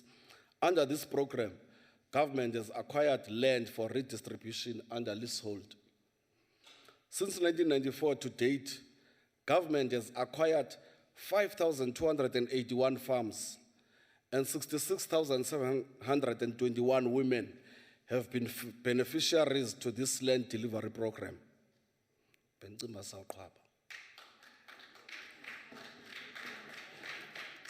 902 farms were acquired in KwaZulu-Natal alone, benefiting 21,760 women. 878 farms in the Free State, benefiting 2,293 women. 868 farms in the Eastern Cape, benefiting 3,851 women, just on that project. The Recapitalization and Development Program in 2009, the department undertook an evaluation of the implementation of our program since its inception. It identified that many land reform projects were not successful and thus in distress or lying fallow. The Recapitalization and Development Program was therefore introduced in order to address these challenges by targeting properties acquired since 1994 through restitution and redistribution programs, including privately owned land. There are approximately 1,496 farms under the program since 2009. This constitutes more than 1 million hectares, amounting to a total amount spent of 4 billion and secured approximately 651 strategic partnerships to provide technical, financial, and infrastructure support to farmers. The support varies from production, inputs, infrastructure, machinery, and implements.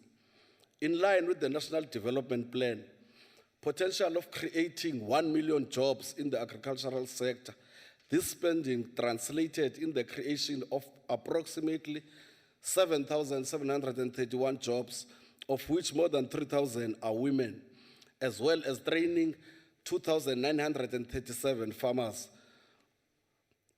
1,000 of those being women. The NARISEC program, the challenges faced in South Africa by youth necessitated a consideration of this program. Especially unemployment requires urgent intervention in our country. The lack of skills is often the underlying cause of this challenge.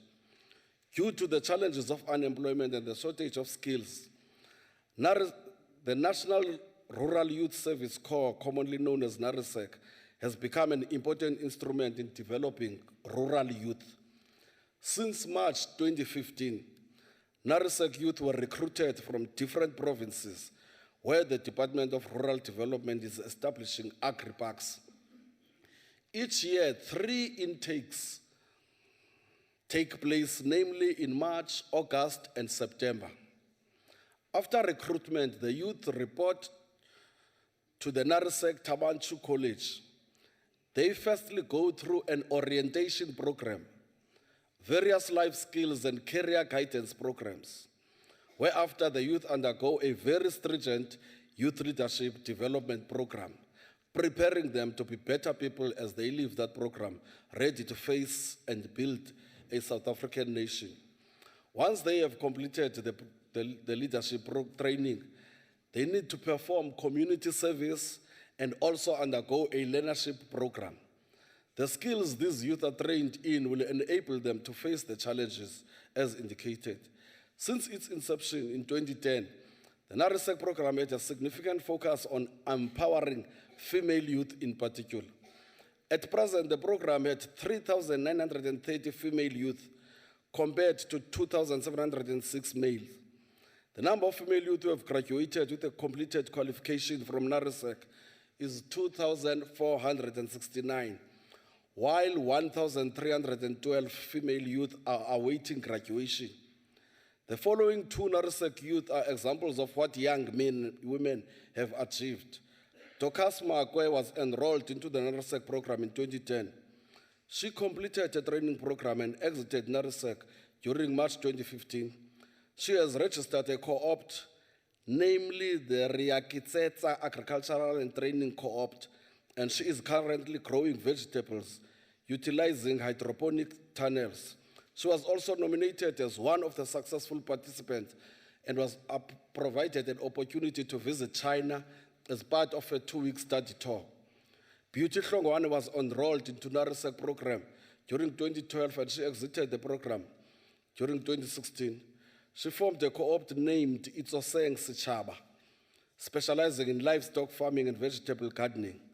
Currently, she is being mentored by Karan Beef and has participated in a pilot project where her vegetables from her program are being provided to hotels.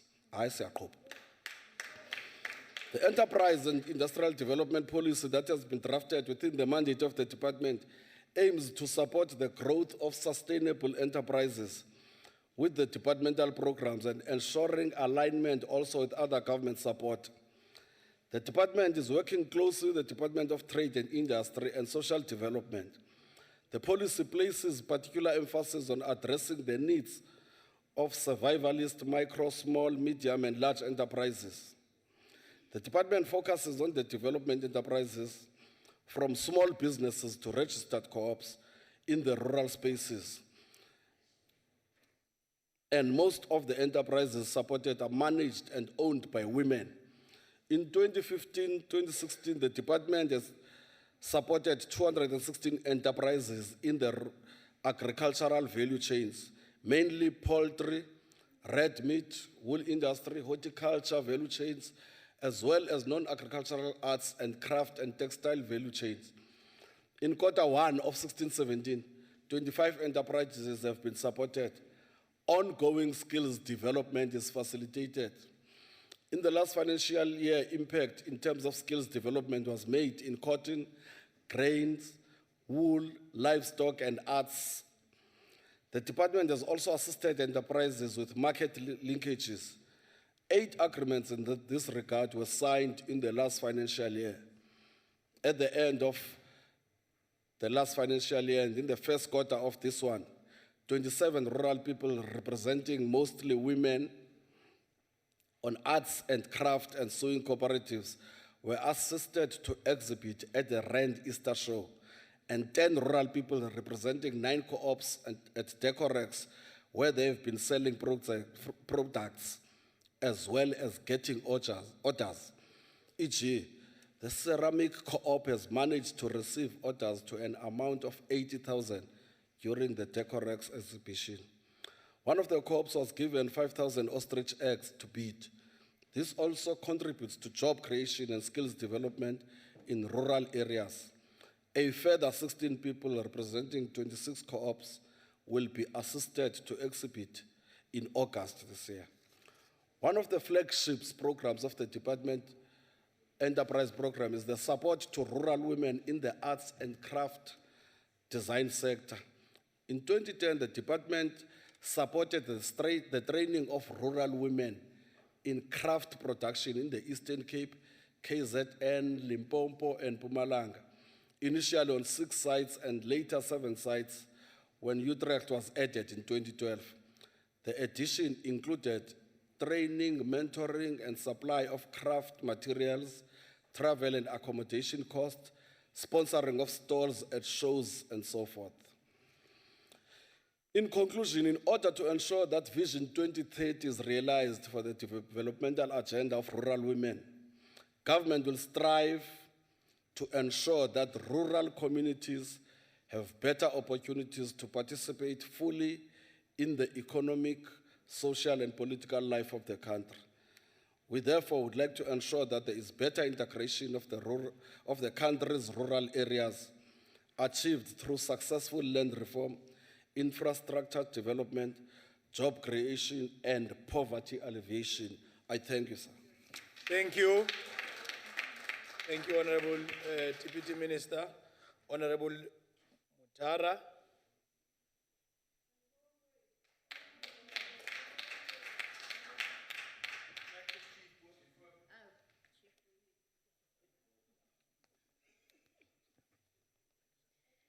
House Chairperson, Honorable Deputy Minister, special delegates, honorable members of the NCOP. The subject matter for today's debate gives us an opportunity to remember the construction of Bantustans and the consequence of rural poverty in South Africa today. As we reflect on the plight of rural women in relation to the NDP, we must remember that apartheid laws most impacted women more severely, especially the Black Areas Land Regulations of 1969. These regulations provided that land may be allocated only to the male of the family. In addition, the Black Administration Act of 1927 and customary law regarded women as minors who could not own property or conclude contracts in their own right. In addition, customary law denied women the capacity to be allocated land in their personal capacity. Their tenure was linked to their status in relation to other male members of the family, as wives, mothers, daughters, and sisters. Therefore, the challenges faced by rural women today are manifesting themselves precisely because of this inherited legacy of oppression. As a precursor, the plight of rural women must therefore be located within the broader context of our developmental state, a state which still contends with the challenges of inherited poverty, a state that recognizes its citizens as the apex priority of its developmental agenda. Honorable members, it is precisely due to the remaining effects of this painful past that the National Development Plan has placed rural women at the forefront of its development agenda. The NDP is not only South Africa's blueprint for growth and development, the plan radically challenges the status quo of economic stagnation. It radically challenges social apathy and generational poverty, including all factors that inhibit growth and development in South Africa. If we look at the NDP within this broader context, it is clear that this plan is a radical social contract for transformation, capturing the hopes and dreams of ordinary South Africans across the board. The plan makes bold socio-economic commitments to uproot abject poverty, unemployment, and economic exclusion. It effectively galvanizes. If effectively galvanized, the NDP can become the most viable mechanism for transforming South Africa into a cohesive and economically inclusive society. After being approved by Cabinet in 2012, the plan was also endorsed across all the key sectors and spheres of influence in this country. This new growth path has therefore been affirmed as the most feasible and the most appropriate development tool for this phase of our transition. It therefore follows that the NDP must be recognized as South Africa's comprehensive strategic tool for broad-based development, having convincingly mobilized the country around a clear vision for radical transformation. Honorable members, the National Development Plan regards a successful land reform program as a precursor to the development of an inclusive rural economy. It seeks to achieve this through increased direct and indirect jobs in the agriculture, agro-processing, and related sectors. It also calls for the activation of rural economies through improved infrastructure, services to small and micro farmers, and investments in tourism. It also further calls for the review of land tenure and the creation of land tenure security for communal farmers, especially women, in order to create jobs in agriculture and related sectors by 2030. Furthermore, the NDP dictates that gender should not be an obstacle to accessing land. This is also in line with the Regional Protocol on Gender and Development. The NDP also proposes a land reform model which, in summary, seeks to speed up the process of access to and ownership of land by Black people. Parliament recognizes these policy priorities as critical imperatives and has begun to align itself at a macro level to the overarching vision of the National Development Plan. After conferring extensively at the beginning of the 5th Parliament, a unanimous decision was taken to oversee the implementation of the NDP as the central theme for the 5th Parliament. As government's operational strategy that is more medium-term, the plan prioritizes rural development, land reform and food security as part and parcel of its key focus areas. These are some of the key medium-term priorities that the NCOP must continue to prioritize as committed in its strategic plan. In order to catalyze implementation, a radical shift is now necessary to meaningfully align the NDP to the role of the NCOP in advancing its implementation. As conferred by the Constitution, the NCOP represents provinces, so as to ensure that provincial interests are taken into account in the national sphere of government. It does this mainly by participating in the national legislative process and by providing a forum for public consideration of the issues affecting provinces. In order for the NCOP to be more effective, it must locate its role within the broader context of its capability to effect far-reaching and resilient policy challenges. Furthermore, the impact of such resilient policy changes must be continually monitored and their impact regularly evaluated in order to ensure that we stay on course to achieve the goals set out in the plan. In further crystallizing the role of the NCOP to advance the NDP agenda, it is necessary that we deepen our focus into the role of committees and how they are positioned to accelerate implementation. In line with the Constitution, parliamentary committees are central to exercising oversight, by means of, amongst others, actively involving the public and public representatives with a clear focus on transparent government and accelerated transformation. Through the strategic utilization of the oversight and accountability functions conferred on them, committees must begin to effect radical social transformation. This is the kind of transformation that communities must be able to recognize and experience at local level. This is the kind of transformation that must eradicate abject poverty and create opportunities. Furthermore, as the engine rooms of Parliament's institutional drive, the NCOP committees must position themselves to give radical, political, and administrative impetus to the NDP. In addition, Parliament's strategic plan has already committed itself to effecting changes to the program of Parliament so as to allow for greater effectiveness of processes, especially the requirements of oversight and public involvement. Within this broader context, we must begin to see committees being more innovative in exercising their oversight functions. They must be equally decisive and radical in their approach, while taking precautions to center their approach on the precepts of cooperative governance and intergovernmental relations. Honourable Chairperson, there is also an increasing recognition that the legislature, through a sound understanding of South Africa's fiscal policy and economic development, has an important role to play in overseeing the implementation of the NDP.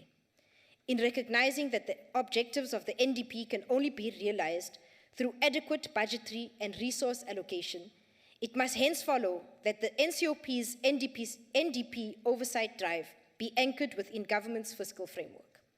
This oversight drive must be target-based, with clear measures and markers so as to allow for seamless monitoring by committees. This target-based process will enable both the executive and the legislative sector to work on a commonly accepted roadmap for the country's development. There are, however, some remaining challenges. The implementation of legislation has been weak due to a lack of enforcement mechanisms, especially in land tenure. For example, despite the extension of Security Tenure Act, Tenure Act's protective provisions, in practice, women's security of tenure is subject to the presence of a male partner. As a result, in some cases, women get evicted when their partners are evicted, following retrenchment or dismissal, or when they die. Although the department has encouraged participation of women in land reform projects, there has been no concerted effort to mainstream women's issues in land reform projects. The existence of patriarchal tendencies and the continued recognition of customary law and traditional authority in land administration that tends to disadvantage women undermine women's access to land and property.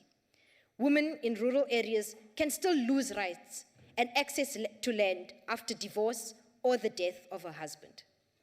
It is now incumbent on us as this leadership collective to continue to engage in the battle of ideas so as to unlock an effective oversight process to activate rural economies and deal with the remaining challenges. For as long as the material conditions of rural women have not been significantly changed, the cause to advance the national democratic revolution in this respect remains valid. For as long as women in rural areas are unable to transition into a better quality of life, the cause of the National Democratic Revolution must remain undeterred. And I thank you. Thank you, ma'am. The Honorable Engelbrecht.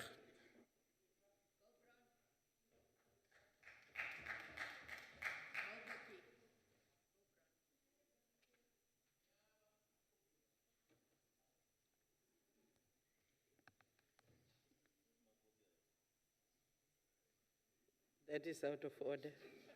Honorable Engelbrecht, please continue. Honourable Chair, according to the World Bank, in 2014, our rural population stood at almost 20 million people.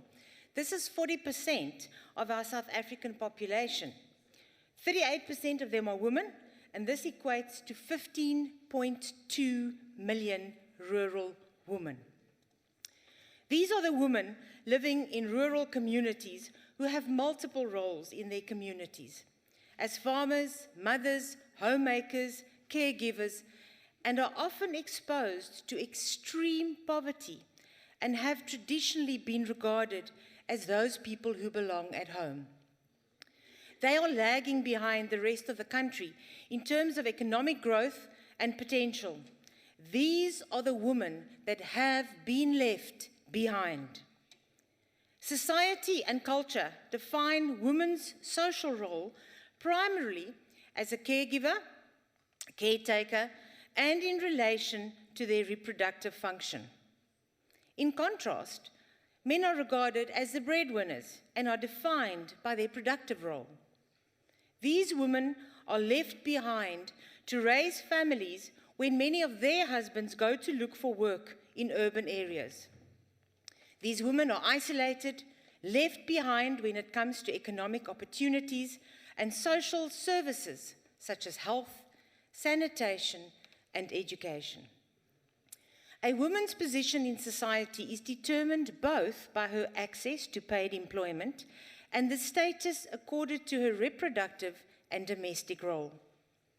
Large proportions of rural households are female-headed and are dependent on the woman's ability to access opportunities and provide for the household. They face immense challenges, such as poor quality and limited access to education, lack of access to water for both household use and agricultural development, low literacy and low skills levels, and a lack of technical know-how compared to women in urban areas. Poor access to infrastructure and services where roads are inaccessible, hampering their economic opportunities. Municipal services such as electricity and adequate sanitation are mostly absent. Increasing exposure to risks related to natural disasters, environmental changes, and increasing occupational and health risks. These things all impact on rural women's ability to participate and contribute economically. In largely rural provinces such as the Eastern Cape, KwaZulu-Natal, and Mpumalanga, hunger and food insecurity are also very real threats and severely constrain human and economic potential. The provinces with the highest percentages of rural areas are Limpopo, 78%, KwaZulu-Natal, 66%, and the Eastern Cape with 63% of rural areas. In the Eastern Cape, 845,000 households do not have access to toilets. 1.1 million households in KwaZulu-Natal and 1.2 million households in Limpopo are without toilets. This affects women's privacy and their dignity. In the Eastern Cape, 442,000 households do not have access to piped water.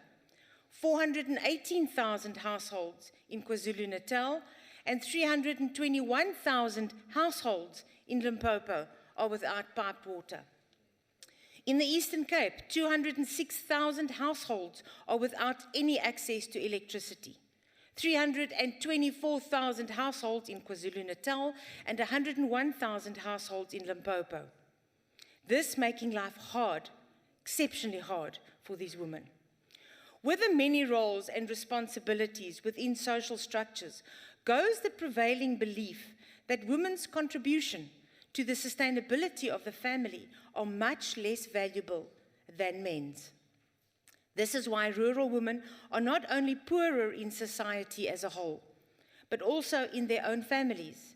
And this explains why their level and kind of poverty is experienced differently and more intensely than that of men. Women invariably have unequal rights in family structures, as well as unequal access to family resources such as land and livestock. In the words of Gijsler Hanslen, as long as men control productive resources, women's prospects are likely to differ from men's, and more so under conditions of economic pressure. And this includes land, labor, tools, credit, and housing.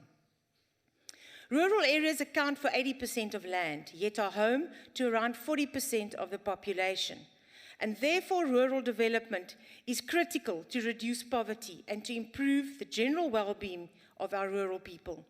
For the rural woman left behind, existing socio-economic rights, as guaranteed in the Constitution, remain inaccessible, resulting in the perpetuation and increase of poverty. For them, the constitutional guarantees of equality and non-discrimination remain theoretical rights that make no difference to their struggle or their survival. The Constitution of South Africa guarantees the delivery of socio-economic rights. These include access to adequate housing, the right of access to healthcare, sufficient food and water, and social security.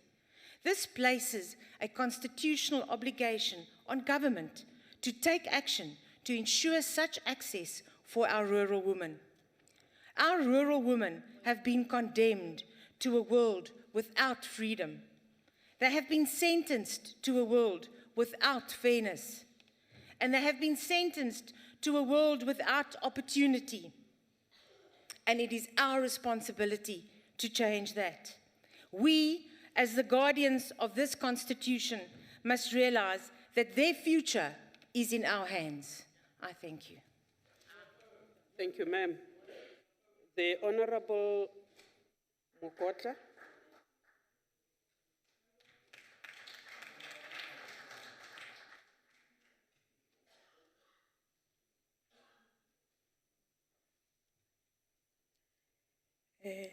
Chairperson of the NCOP,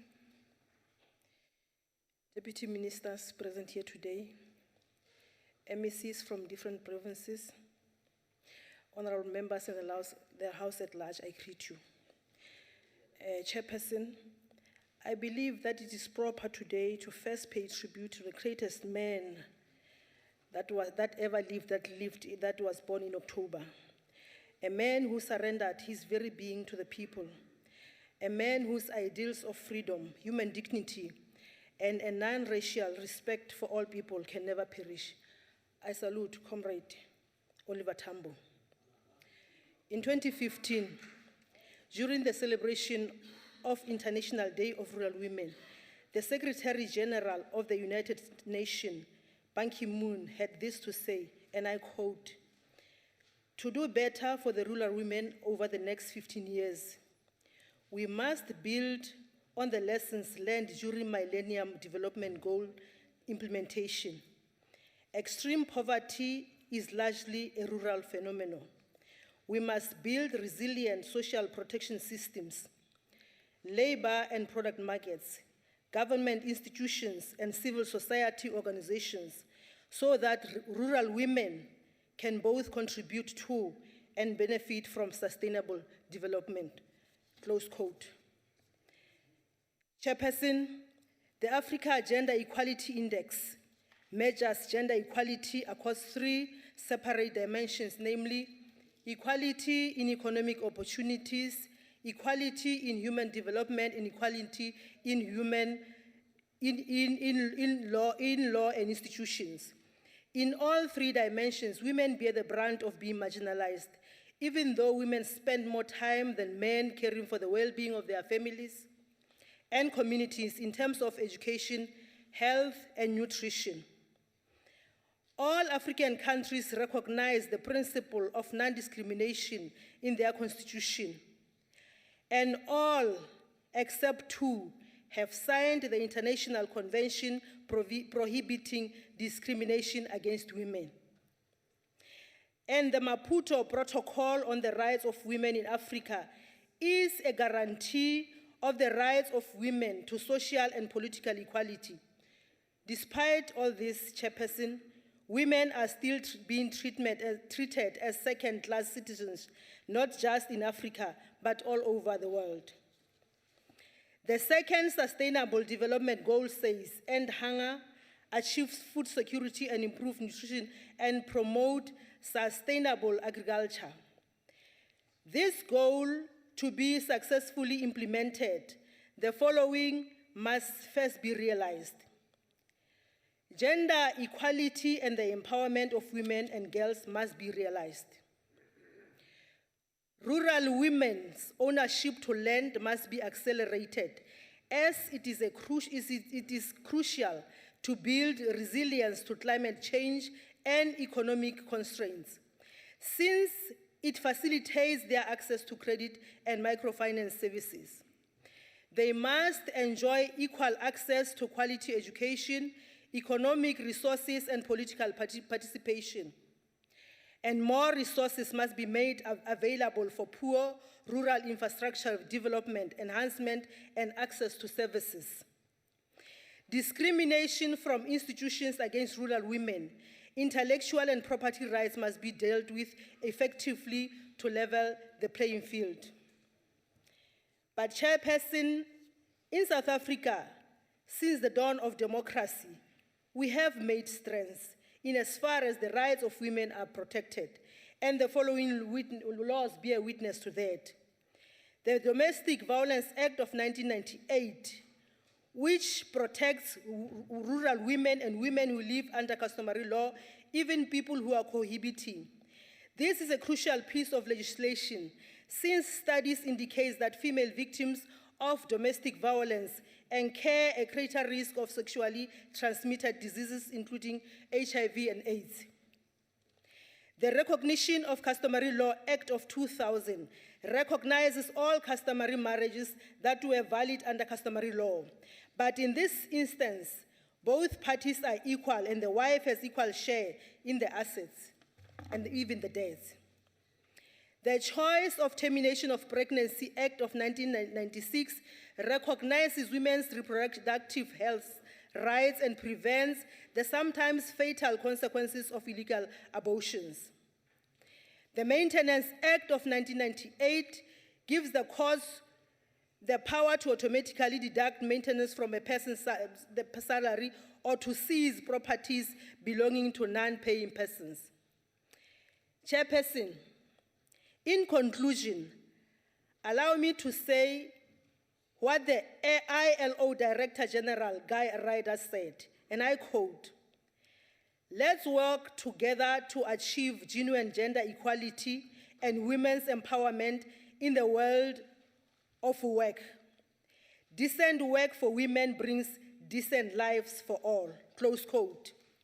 And finally, the 2030 Agenda for Sustainable Development reaffirms the universal consensus on the crucial importance of gender equality and its contribution to the achievement of the 17 Sustainable Development Goals.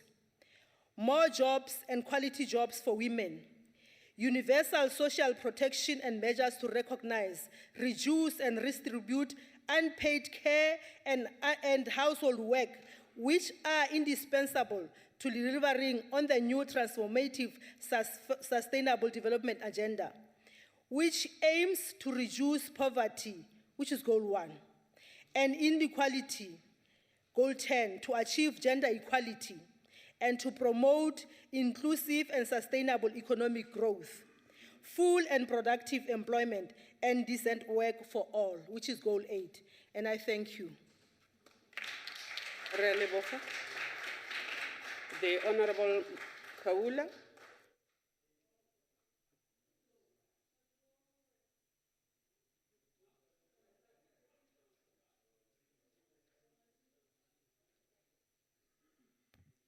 Honorable Chairperson, Honorable Deputy Minister, of the total population of 51.7 million, according to the latest census report, South Africa comprises the majority of her citizens, being females at 51.3% and males at 48.7%. In this report, Statistics South Africa stipulate that discriminatory practices by gender in South Africa are high. These discriminatory practices are by social norms, by persistent stereotypes, inequitable access to opportunities, to resources, and to power. These also include high levels of gender-based violence. Whilst women in general are affected by these practices, rural women are affected the most and suffer the most. Where the rate of unemployment is high in communities, the rate of unemployed women is higher than that of men. In the same vein, the rate of unemployed rural women is much higher than that of their urban counterparts. The report further states that women with tertiary education earn around 82% of what their male counterparts earn. Women who reside in rural areas, who are between the active ages of 15 and 64, comprise 59.3% of that bracket. For women in rural areas, access to clean water still remains a problem. Access to quality education for their children still remains a challenge. Some end up having to transport their children using unsafe, unreliable modes of transport to nearby towns and cities for quality education. Access to electricity remains a challenge. Good roads and infrastructure still remains a far-fetched pipe dream in many rural areas. Access to good health facilities still remains a challenge in some areas. Usually, government offices that provide the much-needed services to communities are located in urban areas. Rural people have to board buses and taxis in order to get to these offices. This and other challenges is the plight of rural women. When infrastructure development projects are brought to rural communities, the service providers are urban citizens. The skilled personnel are urban people. The well-paying permanent jobs are occupied by urban people. The leftovers, paying peanuts, temporal unskilled labor, is then allocated to rural people and rural women. Goal 5 of Agenda 2030 on Sustainable Development talks about, and I quote, achieving gender equality and empower all women and girls, unquote. At this rate, South Africa will be nowhere near achieving this goal by 2030 under the current regime. Instead, there will be shifting of goalposts and finger-pointing. What will rescue this goal is if South Africans vote properly in 2019 and put in place a focused government that cares for the people like they have done in the local government elections of 2016. Put the IFP in power and you will see proper delivery. Another elephant in the room regarding progress in South Africa is corruption that goes unpunished, nepotism and favoritism. Saudi SAPC is the case in point. Cadre deployment that totally kills progress, for example, SAA. Performance failures that go unpunished. Instead, those who fail get moved from one executive position to another. Aspiration 6 of Agenda 2063 of the African Union is much related to the ideals of Agenda 2063. It says that by 2063, Africa will, and I quote, will be people-centered and caring, has full gender equality in all spheres of life, unquote. It goes on to declare that rural women will have access to productive assets, including land, credit inputs, and financial services.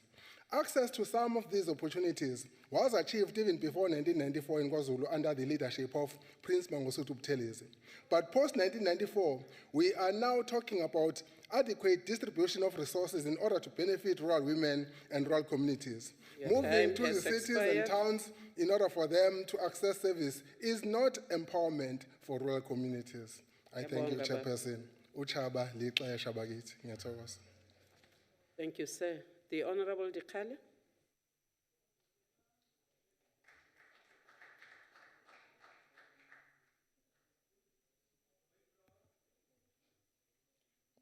Thank you very much, Honorable Chairperson, honorable members and special delegates, ladies and gentlemen. Chairperson, the month of October is a very special month for rural women. Ke kgwedi ya mathomo ya selemo ya go lema, ke kgwedi eo dipula di thoma go na, ke kgwedi ya lethabo go batho le go diphoofolo, gagolo diphala, Ke nako ya go tšwela ga diphala di bile di kgaramiša diphalana. Ke ka moo kgwedi e bitšwago diphalane ka leleme la gešo. Ge e šetše e rotwa go thwe ke diphalane tša madi ka phalana, ke diphalane tša matšema, matšema a rerwa sentsokela. The notion of lechema is an African community-centered concept where community members assist one another in time of need, voluntarily for no fee. For example, whenever one member needed a shelter, the community would form lechema to build that member a house. Same would happen during the harvesting time where some members were unable to go to the farms to harvest. The lechema would harvest for the whole community and share the products among themselves, and at the forefront of the majema are rural women. It is therefore, Chairperson, not a mere coincidence, but rather symbolic as well that this week the United Nations marks 3 observances that reflect women's key role in development, beginning with International Day for Rural Women on 15 October, World Food Day on 16 October, and International Day for the Eradication of Poverty on 17 October. These interconnected issues are more relevant than ever before, as the new Agenda 2030 for Sustainable Development has just been adopted by world leaders as the new global roadmap. Gender equality and women's rights and empowerment are cross-cutting throughout the 2030 Agenda, with its 17 Sustainable Development Goals. The goals are intrinsically linked to the lives of women and girls globally, including that of rural women, who are vital to its success. These particular goals are the goal to end poverty in all its forms everywhere, the goal to end hunger, achieve food security, and improve nutritional and promote sustainable agriculture, as well as the goal to achieve gender equality and women's empowerment. These goals are necessary to have because rural women still face difficulties when trying to access productive and economic resources such as land. They often have limited or no decision-making and protection from violence. They also play an increasingly important role as farm workers, but are the most exploited. As primary caregivers, some still walk long distance to hew and fetch wood for energy purpose as they cannot afford electricity. There are many more examples, but to continue listing them will be, as we say it in my language, Hokwampa Mokora. This is why in her message for the 2015 International Day of Rural Women, the UN Women Executive Director, Phumzile Mlambo-Ngcuka, had this to say, and I quote, Agenda 2030 envisages a world in which every woman and girl enjoys full gender equality and all legal, social, and economic barriers to their empowerment have been removed. We must take every opportunity to ensure that rural women do not lag behind, but rather lead the way, close quote. It is therefore important and imperative for us to ask ourselves, what is it that we are doing to realize this vision of the Agenda 2030? Luckily in South Africa, our government has put in place measures to deal with these challenges. One of them is our own Vision 2030, the National Development Plan, which proposes a range of measures to advance women's empowerment. It proposes, among others, that the transformation of the economy should involve active participation and empowerment of women, and that the role of women as leaders in all sectors of society should be actively supported. Our government, the ANC-led government, has moved swiftly to implement this vision. For example, the government has formally adopted Lichima or Lima as one of its socio-economic growth strategy to assist our people towards their own development. Participants in Lichima, therefore, become members the extended family, as the Lichima or Lima is made up of family, friends and neighbors, as well as volunteers. Chairperson, there is no better time than now to encourage programs such as Lichima. This is because the world is currently faced with serious food security challenge, and the climate change is exacerbating the situation every year. And the rural people are the most affected by this. It does not need rocket science to know that to alleviate this food crisis, we need to increase food production. Therefore, our people should be encouraged to develop a culture of producing food for themselves, including producing vegetables in their backyards, and this is where Majima will be helpful. In the South African context, the Lejema program therefore consists of two dimensions. The first dimension seeks to maintain and increase the ability of South Africa to meet its household and national food requirements. This involves meeting these needs from domestic agricultural resources, importing food items that cannot be produced efficiently, and exporting commodities with comparative advantage. The second dimension aims to eradicate the widespread inequalities and grinding poverty among the majority of households that is manifested by inadequate and unstable food supplies, lack of purchase power, weak institutional support networks, poor nutrition and inadequate safety nets, weak food emergency management system, and unemployment. In addition to this Lejema program, the government also has the Comprehensive Rural Development Program, which is focused on enabling rural people to take control of their lives with support from government. The program aims to effectively deal with rural poverty through the optimal use and management of natural resources, through an integrated broad-based agrarian transformation, and the strategic investment in economic and social infrastructure that will benefit rural communities. As part of this comprehensive rural development program, the government announced in 2014, through the Ministry of Rural Development and Land Reform, the introduction of the 50-50 policy framework as part of efforts to ensure that farm workers benefit from owning shares in the farms on which they work, as well as providing them with security of tenure. This was followed by the announcement early last year by the President Zuma during the State of the Nation address that 50 pilot projects testing the 50-50 policy would be rolled out around the country. And one of the first pilot projects that will see workers and farm owners become co-owners of a farming enterprise as part of government's 50-50 land policy was officially launched in KwaZulu-Natal in August this year. This land model is a win-win for the farmers and the government. It aims to secure tenure for farm workers while seeking to transform land ownership patterns in the country and empowering workers to acquire shares in farming enterprises. However, despite positive steps like this, much more needs to be done. Parliament in particular must, through its oversight role, ensure that policies like this one are implemented. I'm saying this because there has been many progressive policies and programs by government that are deliberately being made to fail by people who are opposed to transformation.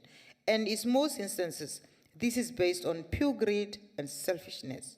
There are also other programs such as the Land Care Program, comprehensive agricultural support programs, and so on, that are geared towards achievement of food security and improved nutrition, and promoting sustainable agriculture, as well as the goal to achieve gender equality and women's empowerment. It is therefore imperative for us to support these programs because statistics and empirical evidence, such as those contained in the UN Women Report of 2015, show that when more women work, economies grow, an increase in female labor force participation or a reduction in the gap between women's and men's labor force participation results in faster economic growth. Evidence from a range of countries shows that increasing the share of household income controlled by women, either through their own earnings or cash transfers, changes spending in ways that benefit children. Increasing women and girls' education contributes to higher economic growth. Increased educational attainment accounts for about 50% of the economic growth in Organization for Economic Cooperation and Development countries over the past 50 years, of which over half is due to girls having had access to higher levels of education and achieving greater equality in the number of years spent in education between men and women. But for the majority of women, significant gains in education have not translated into better labor market outcomes. And a study using data from 219 countries from 1970 to 2009 found that for every one additional year of education for women of reproductive age, child mortality decreased by 9.5%. It is therefore incumbent upon us. Please finish. Thank you very much, Chairperson. Thank you, ma'am. The Honorable Mukhotlane from Limpopo.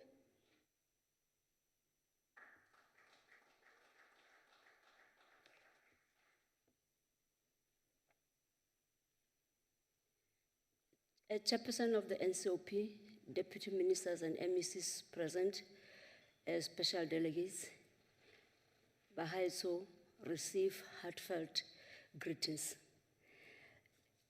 Rural women are the key agents of achieving the transformational economic, environmental, and social changes required for sustainable development, but limited access to credit, healthcare, and education are among the many challenges they face, which are further aggravated by the global food and economic crisis and climate change. Empowering them is the key not only to the well-being of individuals, families, and rural communities, but also to overall economic productivity, given women's largest presence in the agricultural workforce countrywide. I wish to open this address, Chairperson, by calling on our people to accept the maxim that says, there is dignity in gender equality. All forms of work give dignity to the worker. Therefore, unemployment, poverty, and inequality rob people of human dignity.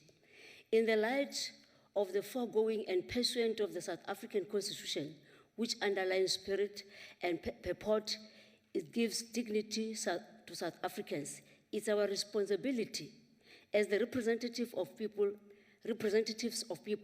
to implore the Department of Agriculture to continue in its effort to actualize this constitutional mandate. It is within this prism that I would like to speak on 3 topics of women empowerment in key areas of service delivery. 1, access to land. 2, the status of women in the labor market. 3, poverty and inequality. Land ownership for women in Limpopo. Land has been recognized as a primary source of wealth, social status, and power throughout history. It builds the foundation to create shelter, grow food, and harbor economic activities. It also provides the most significant opportunities in rural areas and is gradually depleting scarce resources in urban areas. Access to right in land is often the condition for other rights such as access to water, other natural resources, and basic services such as sanitation and electricity. The right that society allows the landholders directly affects the willingness and ability to individuals and businesses to make long-term investments in arable land and housing.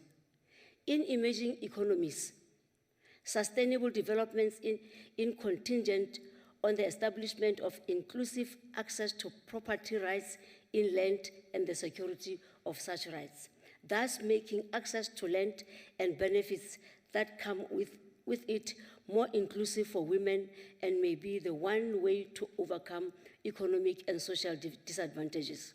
Margaret Thatcher, in one of her writings, once said, open quote, "The land is the only thing in the world worth working for, worth fighting for, worth dying for, because it's the only thing that lasts," close quote. Land program in South Africa. In 1992, the ANC initiated its land policy document, which was the first of its kind in South Africa, to call for special processes to ensure women's equal access to land and participation in policy formulation and decision-making. Moreover, the RDP inclusively acknowledged women's land rights. Women face specific disabilities in obtaining land. The land redistribution program must therefore target women. Institutions, practices and laws that discriminate against women access to land must be reviewed and brought in line with the national policy. In particular, the tenure and matrimonial laws must be revised appropriately. Labor market. Labor market information for gender analysis is exactly what the term implies, any information about the intangible arena where the supply and demand of labor interact. This includes information about how people work or search for work, on the system of education and training, on the school-to-work transition, how enterprises engage workers return to labor. The list is endless. Inevitably, Chairperson, there are blockages that prevent a perfect union of labor supply and demand. Discrimination, for example, prevent a perfect match, as does imperfect infrastructure that prevent a person from getting to where the jobs are, or imperfect information such that the person does not know where to look for work. In looking at the gender dimensions of labor force utilization, the values and movements of the indicators will be analyzed to address the following questions. What is the capacity of the economy to utilize female labor in comparison to male labor? What is the historical picture of female labor force participation? Where do we see the biggest chances over time? What are the main factors that drive change in female? What is the correlation between female labor force and the level of development in the country? What are the patterns of labor forces over the lifespan of a woman? And what is the influence of childbearing? What is the overall effect when youth and adult employment trends move in opposite directions? Now, recent evidence of poverty amongst rural women. The past 25 years have been significant progress in reducing poverty.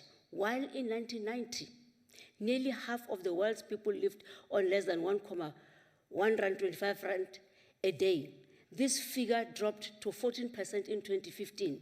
However, poverty reduction remains an immense challenge to governments around the country, with approximately 25 million still living in poverty.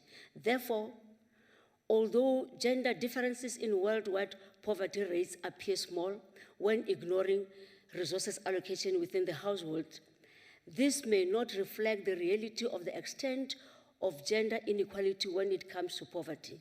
There are people in the world so hungry that God cannot appear to them except in the form of bread.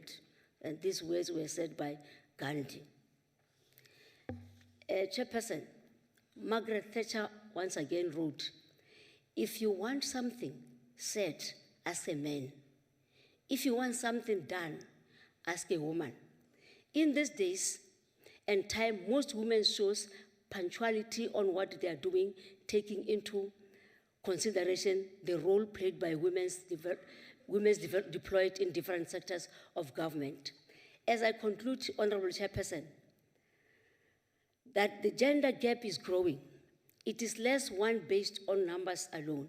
The gap between the number of economically active men and women has slowly decreased, and on one based more on inequality in the quality of employment.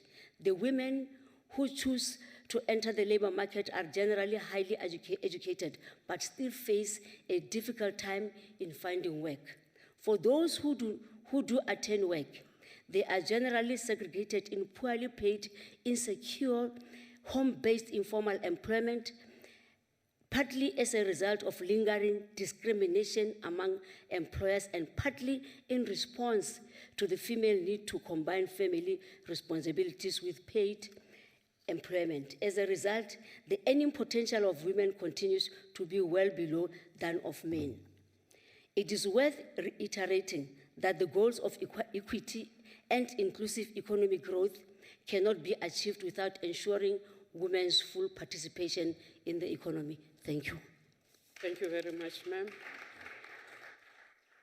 The Honorable Chairperson, Education in KwaZulu-Natal, Honorable Hlongwa Madala.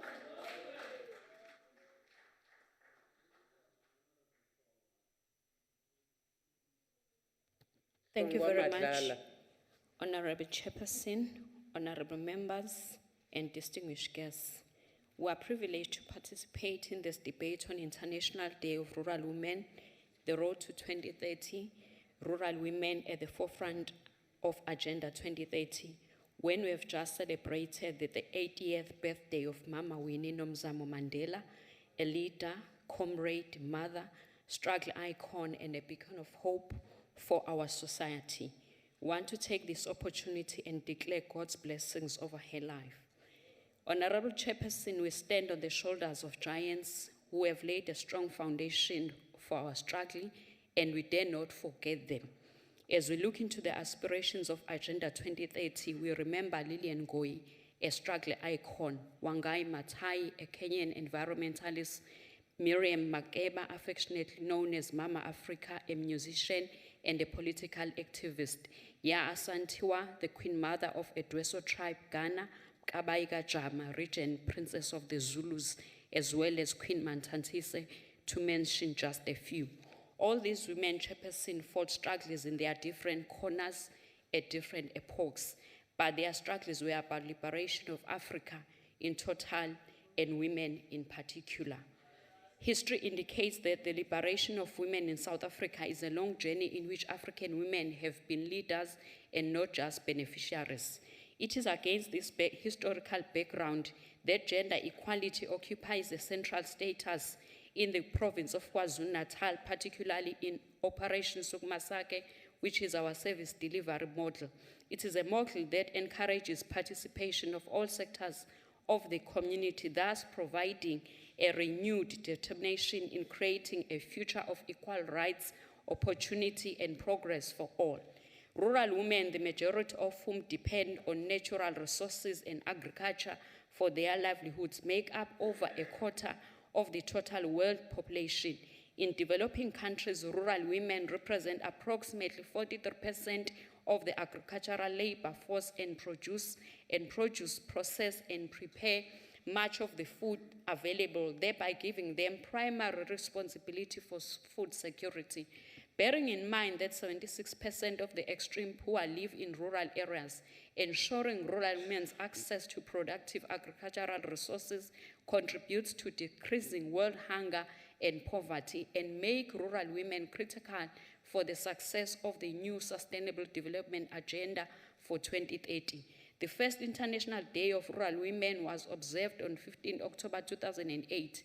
This new International Day, established by the General Assembly in its Resolution 62/136 of 18 December 2007, recognizes the critical role and contribution of rural women, including indigenous women, in enhancing agricultural and rural development, improving food security, and eradicating rural poverty.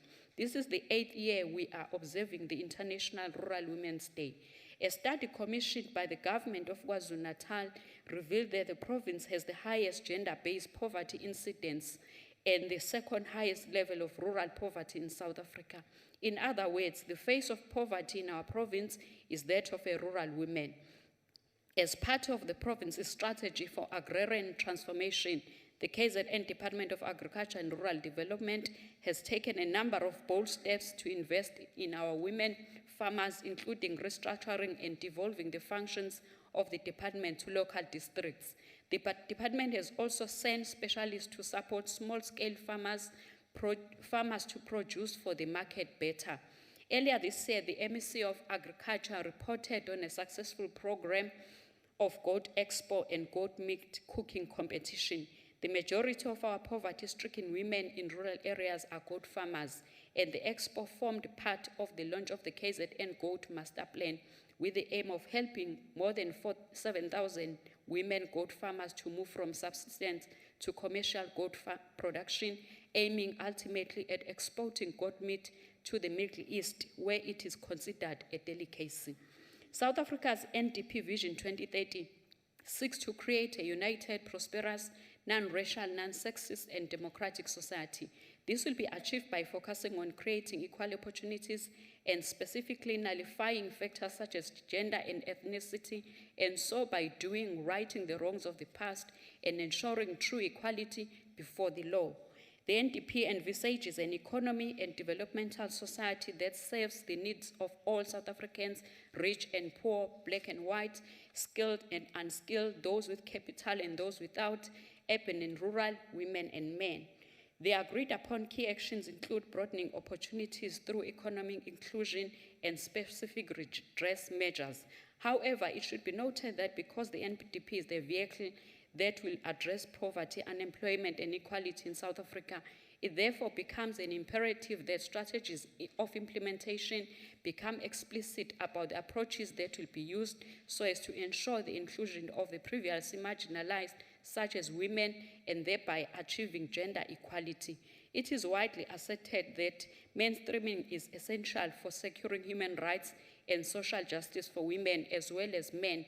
It is also increasingly recognized that incorporating gender perspectives in different areas of development ensures the effective achievement of other social and economic goals. In order to fully appreciate the need for mainstreaming gender in policies of development, one needs first to understand why this is an issue to begin with. Gender is an issue because of the fundamental differences and inequalities between women and men. South Africa, as in other SADC countries, women and men are distributed differently across manufacturing sectors, between formal and informal sectors, within agriculture and among occupations.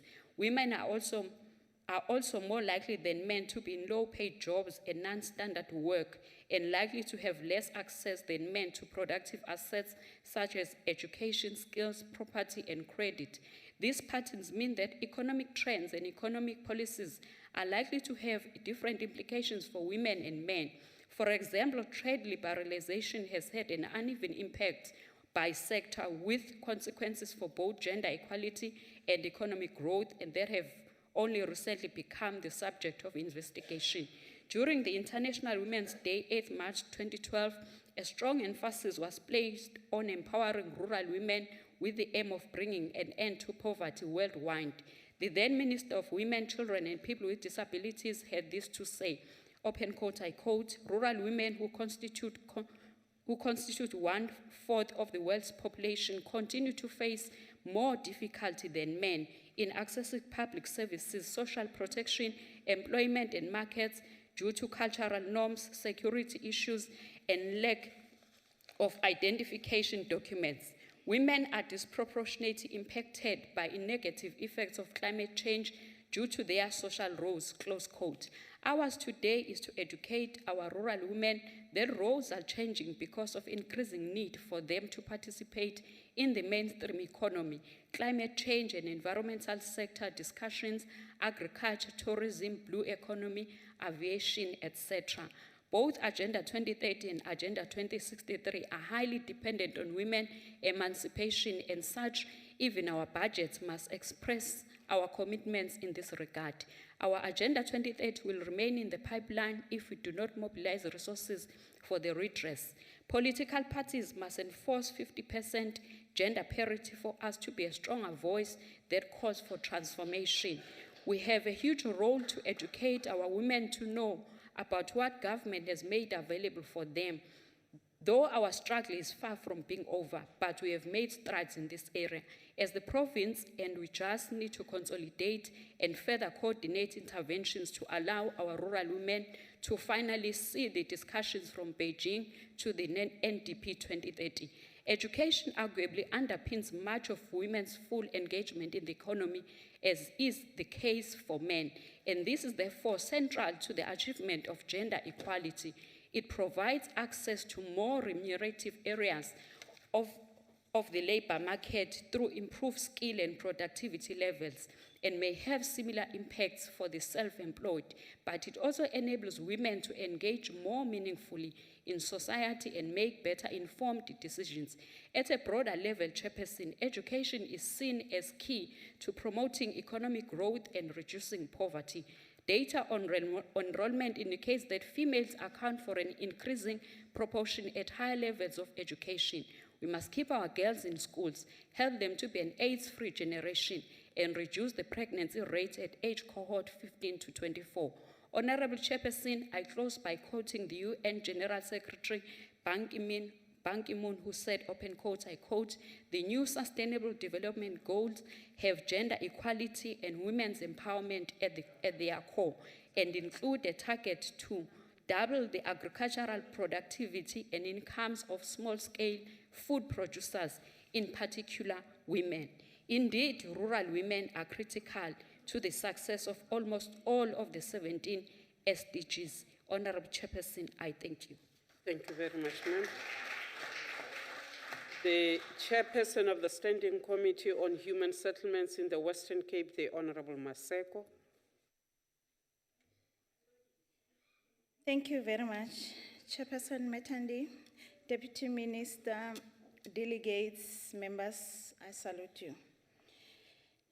Chairperson, today we debate on International Day of Rural Women under the theme, The Road to 2030.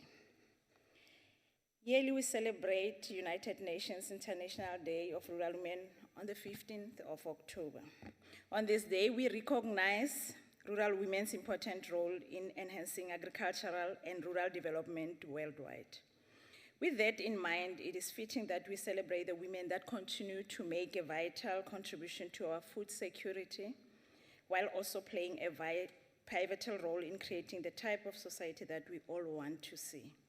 As women, we need to define ourselves. We have to really find a way of celebrating women. Women are an integral part of society that is in a struggle trying to define what kind of society it is truly going to be, as opposed to what is committed on paper. Question is, what causes this disjuncture between our commitments versus reality of what is actually happening? The modern society has begun to recognize the individual identity of women. She has her aspirations, abilities, and qualities, and we agree that she must have the opportunities to develop her faculties and to express them according to her own choice. It is imperative to recognize that this can only be achieved if men in our society accept women as equals and create a space where women can grow and stand on an equal footing as their male counterparts. This needs to happen on all sectors of society. We need to have a deliberate program of action that empowers the girl child without taking away from the boy child. We need to implement strategies that will focus on the development of women from an early age with an understanding that being pro-girl child is not being anti-boy child. Chairperson, while South Africa has made great strides towards gender equality and the empowerment of women, women and children continue to suffer discrimination in our communities, workplace, and in our homes. Gender equality is not only a fundamental human right, but a necessary foundation for a peaceful, prosperous, and sustainable society.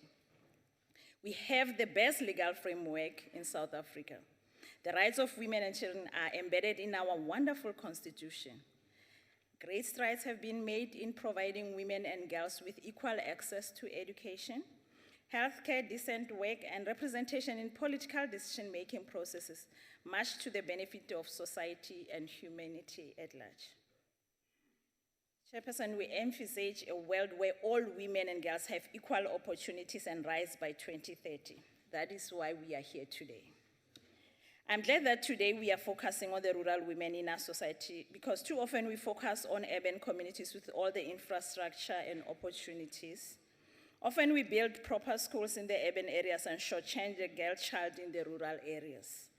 Realizing the importance of rural women in agriculture is an important aspect of gender relations. In many instances, some consider the role of women in agriculture as merely a help, and not an important economic contribution to agricultural production and food security. Rural women are a significant, vital, and sizable proportion of humankind. They are farmers and agri-workers, horticulturalists and market sellers, business women, and community leaders. Rural women are the backbone of sustainable livelihoods and provide food security for their families, country, and the world. The work done by women in rural areas is crucial not only for the progress of the rural households and local economies, but also for national economy through rural women's participation in agricultural value chains. Yet rural women suffer disproportionately from poverty and face multiple forms of discrimination, violence, and insecurity.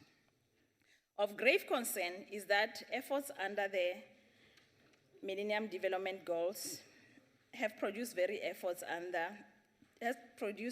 little improvements in the situation of rural women. And again, it goes back to the implementation of the policies that we have. Again, the NDP also addresses the issues of the women.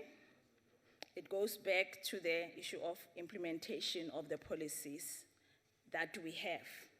This indicates just how much work still needs to be done to improve the lives of women in rural areas and in the greater society. Clearly, the empowerment of women will have a positive impact on economic growth while also reducing hunger and poverty. Through women's increased earning potential and labor force participation, productivity and earnings, we might achieve the development and the goal of eradicating extreme hunger and poverty. Western Cape government has initiatives to empower youth and rural women in agriculture. The Western Cape Department of Agriculture is committed to developing women in the agricultural sector. Its goal is to move more women from subsistence farming through smallholder farming to the point where they are able to export their goods and grow the economy even further. The Western Cape Minister of Agriculture, Alan Winder, has on many occasions encouraged young people, and he usually likes to say that we have to make agriculture more sexier to attract the more younger women to bring food generation. Young people interested in working in a dynamic agri-sector to apply to study at the Elsenburg Agriculture Training Institute can also get involved in the agricultural markets.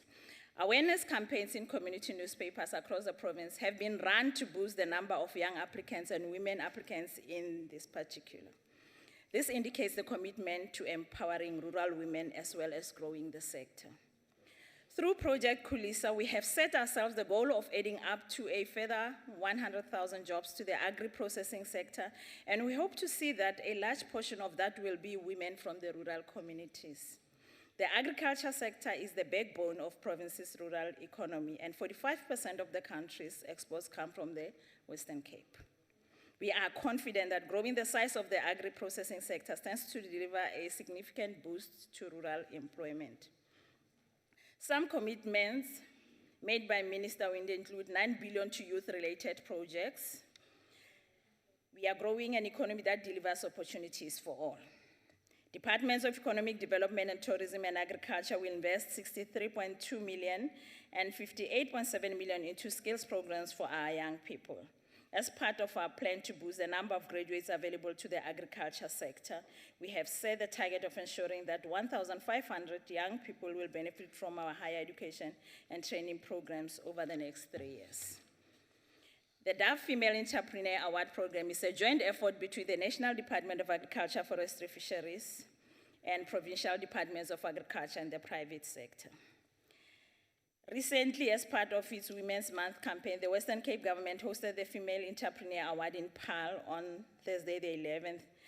In it, they showcased the rewards and rewarded the efforts and contribution of women in job creation, economic growth, and poverty alleviation. Lindelwa Mabui and Caroline De Villiers are two Western Cape women who went on to win top honors at the National Female Entrepreneur Awards. Initiatives of this nature are essential to ensuring that more rural women are encouraged to participate in agricultural activities. In conclusion, Chairperson, globally we have a landscape that have shifted in which women's equality have shifted from being a matter of debate to one of the implementation. I love our country, and what I love more about South African women is that they are proud of who they are. They are nation builders. They nurture the nations from their bosom. They are grandmothers, mothers, aunts, sisters, and above all, they are women. Chairperson, taking a leaf from the DA-led Western Cape government, Chairperson, rural women should be respected, applauded, supported to gain entry into agribusiness and be empowered to grow that business to a next level. not to compete with men, but to show that women can produce, sustain, and alleviate poverty in the rural areas. With the opportunities created by the government and support from other stakeholders, women in rural areas are destined for greater things. I thank you. Thank you, ma'am. The Honorable Zwane.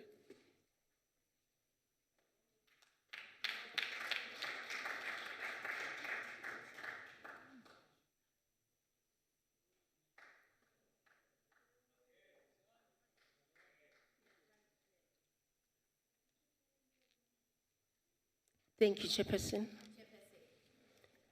Of Council, honorable members, Deputy Minister, Skwacha, Deputy Minister of Basic Education, honorable members. Ngiyalibonga lelithuba engilitholayo sihlalo lokuthi nami ngenza umnikelo la kule nkulumo mpikiswano. Mangiqala nje ngiyivula lenkulumo ngiyafisa uba ngidlula ethenini. Kufanele basikhumbule njengabantu besifazane ukuthi silala sikhona ngenxa yegalelo lo mama abawulwela lomzabalazo abahamba phambi kwethu. Ngaba senzi ubulungiswa uma singabakhumbula omama uLileni Ngoyi, omama uCharlotte Maxeke, omama Albertina Sisulu, omama Albile Tambo, omama Helen Joseph, omama uDorothy Ntwanambi obesebenza la kulendlu hloniphekile, omama uBetha Mkhize, omama uMadikizela Mandela, omama umxenge, nabanye abaningi ababanegalelo lokuthi makube sila sikhona namhlanje sibizwa ngamalungu eParliament thina sila ngoba ibona abahlahla indlela ukuthi sibe lala sikhona namhlanje. Ngakho ke kufanele basibabonge ngegalelo labo. Ngingeke ngiyeke ke kuleli thuba ukubonga nami umama wami uNdlunkulu kaMayeni Mavundla naye wazwala ngoOctober waba legalelo ukuthi namhlanje ngibe la. Rest in peace, mama. Umhlangano omkhulu wamazwe ahlanganyele uke wayisho uDeputy Minister nkathi la uSkhwatsha ukuthi wathatha isinqumo esibizwa ngokuthi isinqumo sika number 62 stroke 136 ngomhla ka18 kuDisemba ku2007 ukuthi umhlaba wonke uhlanganyele ekuthinini umhla ka15 October ukhunjulwe njengosuku oluthakasela imisebenzi emihle eyenziwa omama bethu. Please take your seat. Honorable Isaac. Chairperson, sorry, I apologize. I'm struggling with the translation. That's all. I just wanted to bring to your notice, ma'am. Please attend to it. It's almost starting.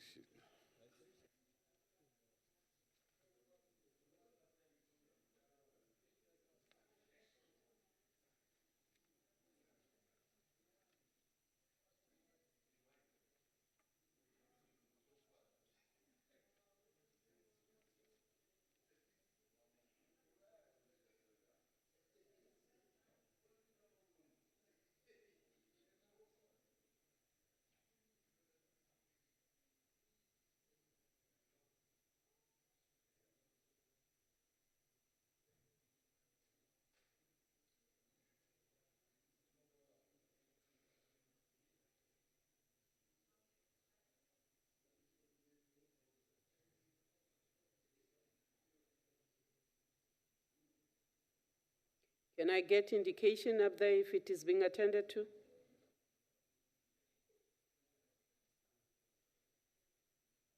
Honorable Zwane. Thank you, Chairperson. Bengisathi ke umhlangano wathatha isinqumo sokuthi sibakhumbule abantu besifazane siliphakamise igalelo labo lokuthi benze lo mhlaba esihlala kuona ube umhlaba ongcono. Kuyenziwa ke lokhu unyaka nonyaka. Siyabonga ukuthi ke lendlu ehloniphekile yakho mama uModisi wena kufanele basikwenze lokhu namhlanje. Siyabonga futhi ukuthi enqungqutheleni kaAfrican National Congress ka53 kwathathwa isinqumo sokuthi nakuba kubonakala ukuthi kuningi osekwenziwe ukuthuthukisa abantu besifazane kwaze kwavulwa ngisho nanomnyango obhekelene nokuthuthukiswa kwabesifazane lapha ya emnyangweni kwa-president. Kodwa, ngaphezu kwaloko, kwathiwa akwenziwe ama-program. Umnyango nomnyango nomnyango kahulumeni awube nama-program okuyiwona aqikekele ukuthi abesifazane bayathuthukiswa. Siyambonga futhi uhulumeni ohola ukhongolose ngokuthi 90% weyindawo la eSouth Africa sezinogesi.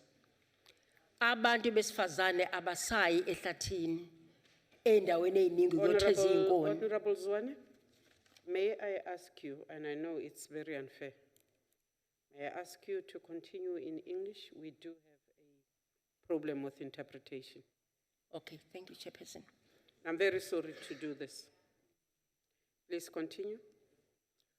The African national-led government has made it sure that electricity is provided in a number of places to the extent that as we speak, 90% coverage has been achieved. And Oku district municipality in particular has almost achieved 100% coverage.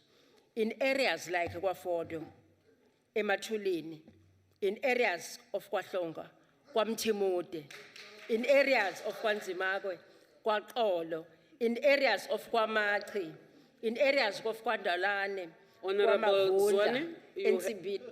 Zwane, please take your seat.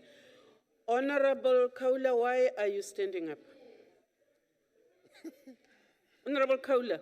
Chairperson. Yes, sir. It's just a point of order, Chairperson. What is, if it is not a point of order, why are you standing up? I'm standing because it's a point of order. Okay, let's hear the point of order, sir. My sister, the Honorable Mkaya Wami, is misleading the House. I stay in Kwahlonga. There is no 100% coverage of electricity in Kwahlonga. Okay. I'm a resident there. She knows. And that's why she's saying it. She's provoking me. I stay in Kwahlonga. People don't have electricity in Kwahlonga. Okay, Dad. Order. Honorable Zwane, you are in debate and you are taking into consideration that you have been challenged on that particular issue. Please continue. Thank you, Chairperson. Okabisa is a teacher and he must understand the difference between almost and 100%. I didn't say 100%, I said almost 100%.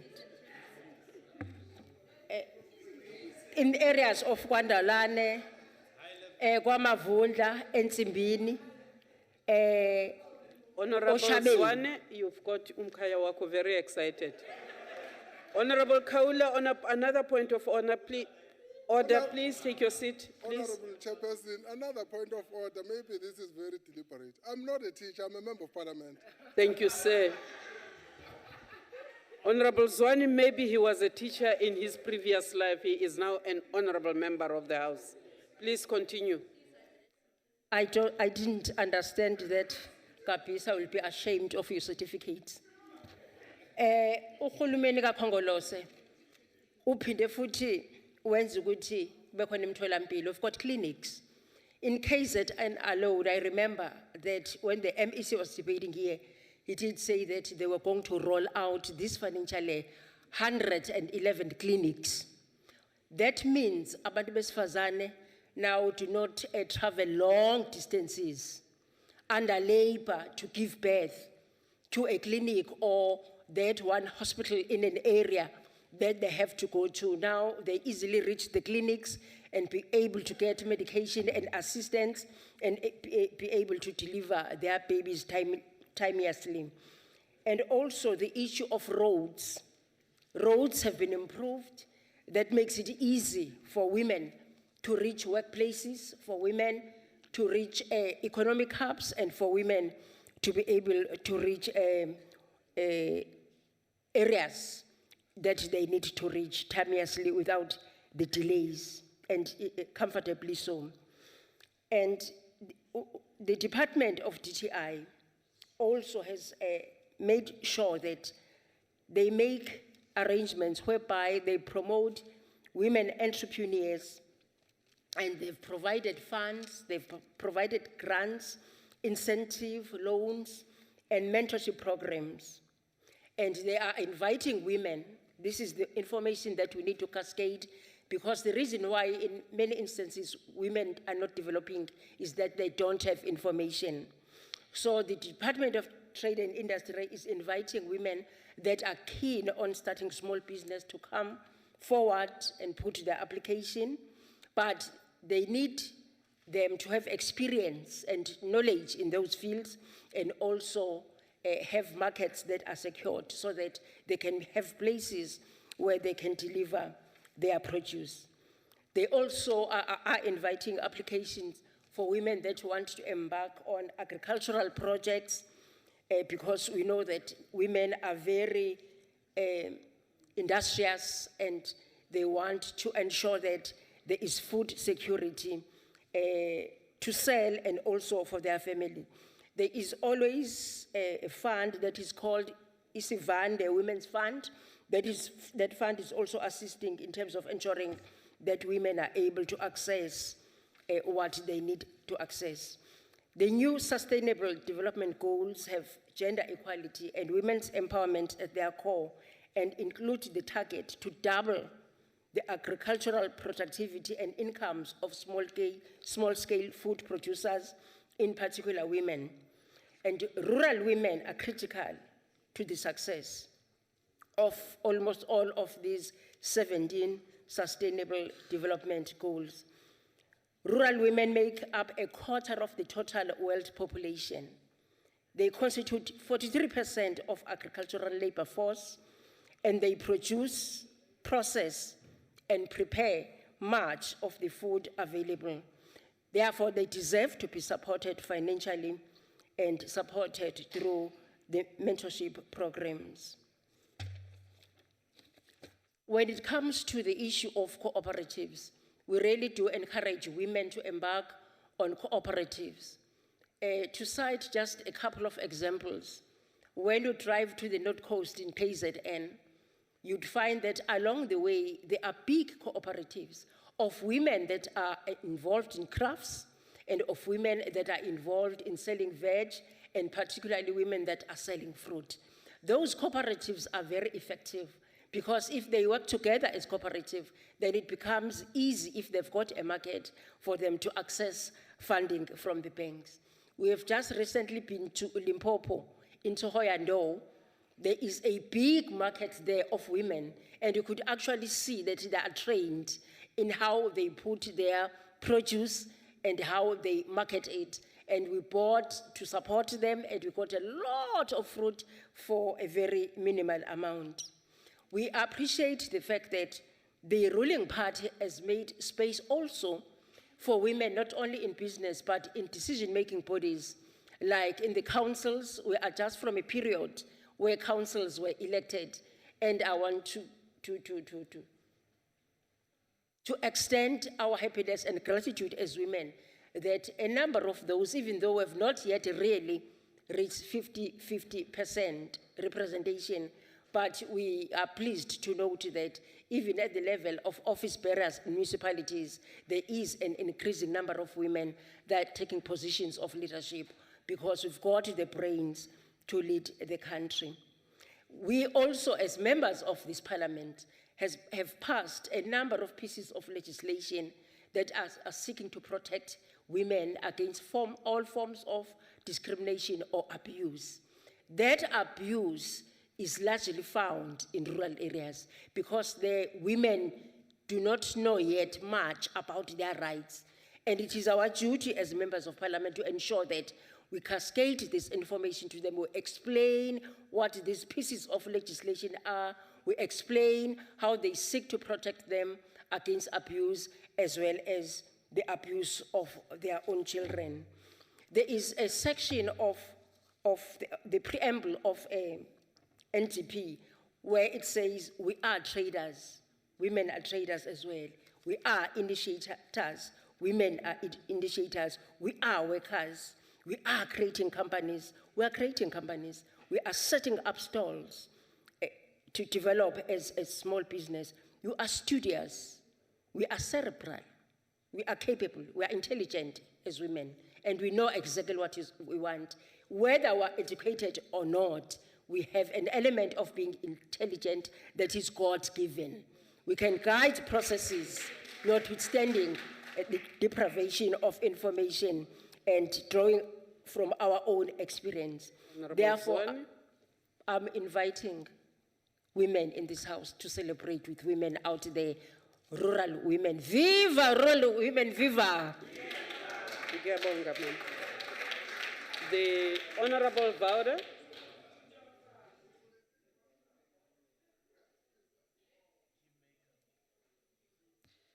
Allow me once more to acknowledge the presence of our Supreme Forces, irrespective of whatever our perceptions might be. And once again, I greet all of you with Assalamu alaikum. Honorable Chair, honorable members, in September of 2015, the United Nations recommitted itself and all nations of the world to a new future based on principles on the development of humanity in her entirety. The new Sustainable Development Goals, constituting Agenda 2030, commits all signatories to end poverty and hunger everywhere, to combat inequalities within and amongst countries, to build peaceful, just, and inclusive societies, to protect human rights and promote gender equality, and the empowerment of women and girls, and to ensure the lasting protection of the planet and its natural resources. The new vision is guided by the purposes and principles of the Charter of the United Nations, including full respect for international law. It is grounded in the Universal Declaration of Human Rights, international human rights treaties, the Millennium Declaration, and the 2005 World Summit Outcome Document. It is informed by other instruments such as the Declaration on the Right to Development. These are laudable commitments and require commitment from our own country to improve the lot of our citizens, particularly rural citizens and rural women more specifically. At this stage, South Africa is poorly placed to effectively realize the new Sustainable Development Goals. South African women are still as marginalized today as they have ever been. This, 22 years into the new South Africa, 22 years of non-government governance from the ANC. Women, who are often the primary caregivers in the family, face challenges which include inadequate access to the most basic of rights, such as shelter, protection, water, food, and health care. This forces many rural women into poverty to 1, remain in abusive relationships so as to ensure that they and Honorable often their Vouder, children have a please home. take your seat. Honorable Wana. Is that a point of order? No, Chairperson, through you, I would like to ask whether the speaker man can take a question. The honorable member is a member, and I am not thinking we must qualify his gender. Honorable Vada, are you prepared to take a question? We might be boring the audience, the listeners, so let's leave it for another time, ma'am. No, ma'am, he is not. Secondly, women are forced into relationships which contract HIV and AIDS because not only do they not have access to condoms, but because some of them do not even know about this deadly virus, and others have no right to ask their partners to use protection. Often expose themselves and their families to the risks that go with cooking from a hazardous power source, be it an illegal electricity connection, or the substances which are caused by more primitive sources of energy. Often expose themselves to the dangers of collecting wood and fetching water from places far from their homes, die whilst in the throes of childbirth due to a lack of access to adequate health care, lose their hearts as they watch their children die of preventable diseases, and also due to a lack of access to adequate health care, remain unable to access services available to them, such as social grants, protection orders, and even policing services, simply because they do not know that such services are available to them. 22 years into the new South Africa, 22 years of non-government from the ANC. This is a lived reality of rural women in this country who remain landless, jobless, and very often homeless. They are more limited by outdated cultural practices, requiring of them not to own property unless married to a man, preventing them from doing certain jobs, preventing girl children from progressing beyond certain levels of education. We as a country must tackle these problems. We must stop paying lip service to the development of rural areas, and we must be resolute in stopping abuse of women by the state, by traditional leaders, and by society in general. The EFF believes that the liberation of women in general, not just rural women, lies at the center of our quest for true, long-lasting freedom. Honorable Chair, I've heard earlier accolades being poured upon women in the recent history of last 100 or 200 years. The truth is, women have contributed in the history of mankind from time immemorial. After all, when God placed Adam on the face of the earth, it was Eve who accompanied him. Let's not forget that it was Hagar and Sarah who backed up, who were the support to Abraham. And we all know what contribution he made to the conscientious history of mankind. What about Asiya, the wife of Pharaoh, who nurtured Moses when he came floating down the basket on the River Nile? And who can forget Mother Mary, who gave us the blessed birth of Jesus, revered by over half this planet's population? This debate surely requires no further argument. I salute the women. Thank you, ma'am. Thank you, sir. The MEC for Economic, Environment, Agriculture and Rural Development in Gauteng, the Honorable Maile. Order.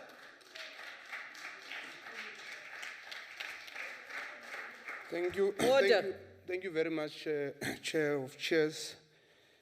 I'm the Chair of the National Council of Provinces. Thank you very much, Chairperson. And I would also want to acknowledge the Deputy Minister, members of the NCOP, the permanent delegates, and colleagues from provinces. I think the Deputy Minister has set the scene, and he has raised a lot of important and relevant issues to the debate, and followed by other members, especially from the ANC. The message has been consistent, clear, and concise about our successes and the good work that we have done since 1994.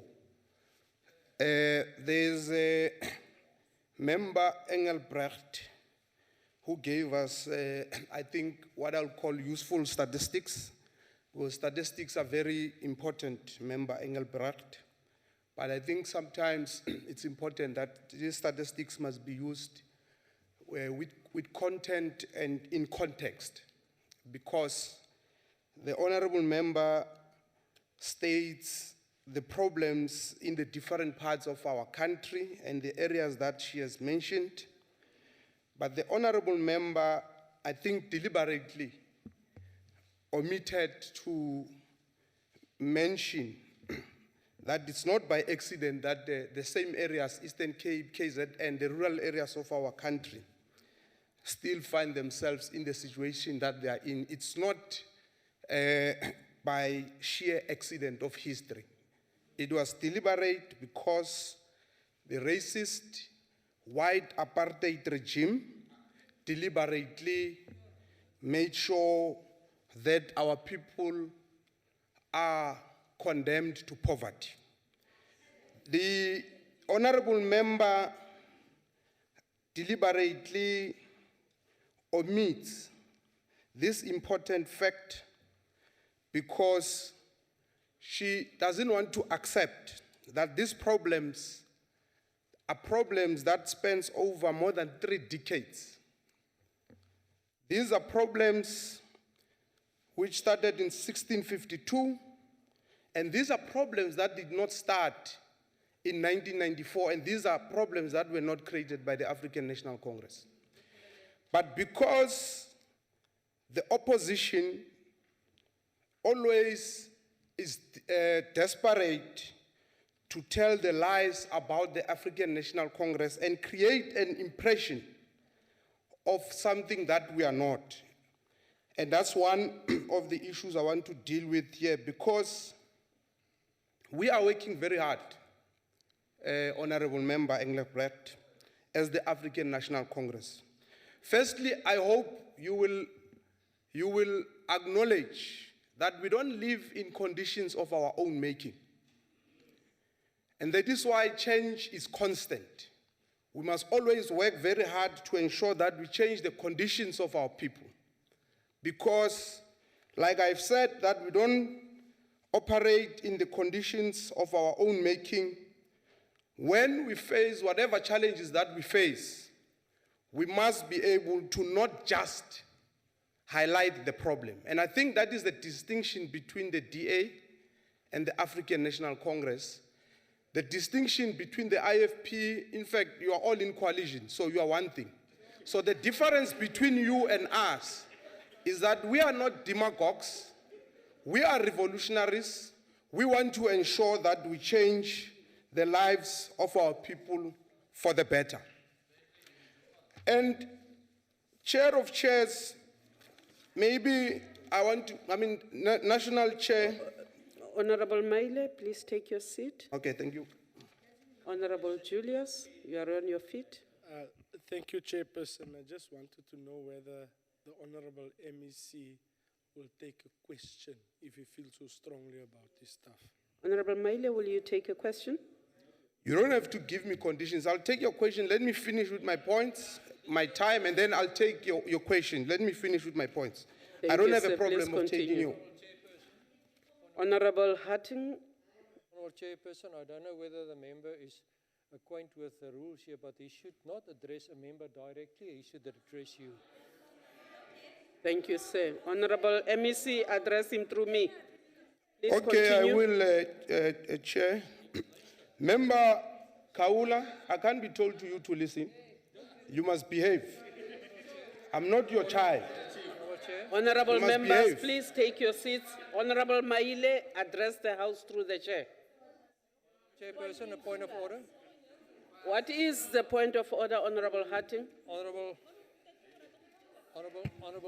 Chair. Order, order. I need to hear the member on the floor. Honorable Hutton. I think visiting members should actually get a rule book. He should not be pointing fingers at me. Honorable Maile, please don't point a finger at Honorable Hutton. Yeah, no, I won't, because I can see Please it's a take your crybaby. seat. Please take your seat, Honorable Schmidt. Honorable Schmidt. Order, members. Order. Order. Honorable Schmidt. Honorable Chairperson, can you please remind the honorable member that he is not supposed to address the members directly for the second time in a row? Thank you very much, Honorable Schmidt. The honorable member has heard because I have said it. Please take your seat, ma'am. Sir, please take your seat, ma'am. Please take your seat. Honorable Kaula. Thanks, Honorable Chairperson. Point of privilege. No, I do not allow points of privilege. The point of honorable order. member knows that very well. Point of order, Honorable Chairperson. What is your point of order? When the Honorable MEC is instructing whoever on the left to behave, he says Kaula. Now, to the person who is listening, Thank you very much, sir. It's as if there is a Kaula who is misbehaving. But then he cut short what he was going to say And now that person on the left is Kaula. Can we correct that? Honorable Maile, we only have one honorable member who is called Kaula in this house, and it is that member. Honorable Mpambo Shibukwana. Thank you, Chairperson. Can I please, through you, Chairperson, ask the honorable member on the podium to withdraw his comment of saying to Honorable Hatting, stop being racist. He's a racist. He said so. He said so. Can you ask him to withdraw, please, Honorable Chair? Honorable Maile, did you order members, order? Did you say to Honorable Hattin that he's a racist? I don't remember because I think he was busy pointing at me. Order. Honorable Maile, did you say Honorable Hatting was a racist? I said he behaves like a racist, not that he's a racist. And those are two different things. Honorable members, I will look at Hansard, I will rule. Yeah. Please continue, MEC. Thank you Honorable Julius, you are repeating yourself, so what is the new point of order? That's why I'm in the ANC. Honorable Maile, please take your seat. Honorable Hatwen, you have the floor, sir. Thank you, Chairperson. I think you also need to include in that Honorable Makwe. Order. Honorable Makwe just made a comment that the honorable member on the podium is speaking the truth. He is a racist. He just made that comment. I heard it, and that's why I'm standing up. Well, you can ask him. Honorable members. Whether he's honest or not, I don't know. Honorable members, okay. Honorable Makwe, did you say that he is in fact a racist? I said he behaves like one, Chairperson, and he does behave like one. Honorable members, I have undertaken to go into Hansard to deal with the matter which Honorable Hatting, Honorable Mpambo Shibukwana says. Honorable Julius, you raised a point and now you are making noise. I am addressing you. You don't have to look at that honorable member. On the point that you are raising, I'd want to see the two of you in my office to clear it up. Honorable Maile, please continue.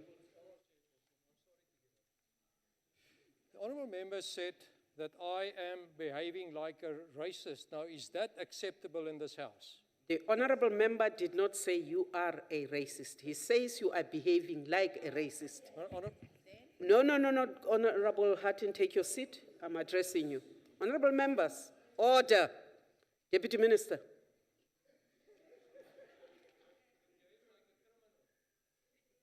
You see, Honorable Hatton. Honorable members, please desist from throwing stones if you can't take them. In debates, you will say things which are permissible, which border on maliciousness, on insults, on denting the integrity of one another. We are always cautioning you to watch your languages. The reason, Honorable Hatting, I said I would see the two members in my office is precisely because as they put the matter in terms of our rules does not make it unparliamentary, and therefore I cannot rule. I have cautioned this House over and over, and that is in fact what I intend to do about those two members. Can we now please continue? Honorable Maile. Thank you very much, Chairperson. Member Kaula, I was actually coming to you when I was distracted, because I think today you have confirmed the view that I've always held, that IFP is just a politically bankrupt organization, old-fashioned, moribund, without ideas, because unlike the DA, which is neoliberal, which is clearly representing the interest of white monopoly capital, you represent nothing. And that is why today you want to claim that if the people of KZN were to give you power, you will do something better.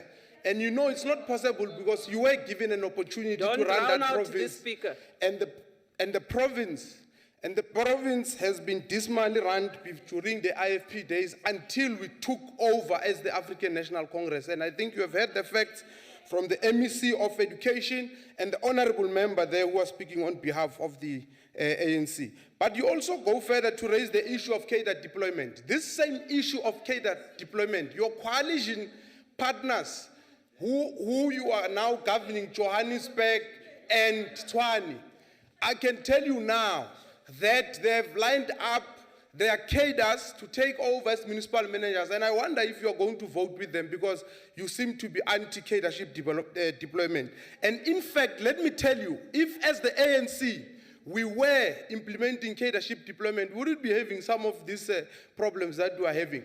Because a Honorable cadre, Maile. honorable member. Honorable Maile, please take your seat. Honorable Engelbrecht.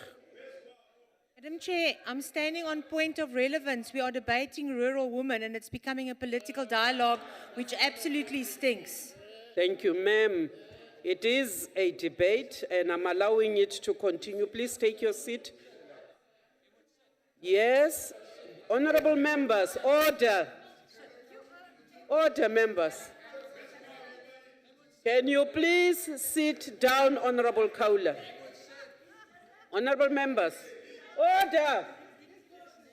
Order. Order. It is a point during a debate. Moni tlepegoini asheni kan take me. Please, honorable members, you do not want us to police every debate, because in every debate we will allow, and we have allowed, people to zigzag out of the main thrust of the debate, and I'm not going to start today to put you in straitjackets and say you are only going to speak about women in the rural areas. Because in the history of this House since 2014, we have not done so. Please continue, Honorable Maile. Honorable Kaula, a cadre is somebody who is armed with the political theory. A cadre is somebody who's got integrity. A cadre is somebody who's got skills, who's educated, who's qualified. And that is why the ANC must, because it is not systematically dealing with this issue of cadership deployment, and we must do it unapologetically because we are governing, we have been given a responsibility. So, and Saudi is not our cadre, by the way, and you must stop saying it's our cadre because it's not a member of the ANC. And Honorable Maile, Honorable Smith, you are on a point of order. Point of order, Honorable Chairperson. The Honorable MEC keeps on doing the same thing over and over. Showing finger, okay, to members directly, okay? That's a threat. That's a threat. That's the first point. The second point is he's also addressing the point. Yes. Order, members. I'm showing what address he's doing. me. Yes. You said the second point. Order, members. I can hear that member. He is addressing the member directly once again. Okay. Okay, may I make my ruling? Honorable members, order. Honorable Mahapi, stop. Honorable members, I did watch the MEC. Perhaps his gesticulation is all over. However, Honorable Maile, the fact that when you gesticulate, your fingers end up pointing at honorable members, please control it.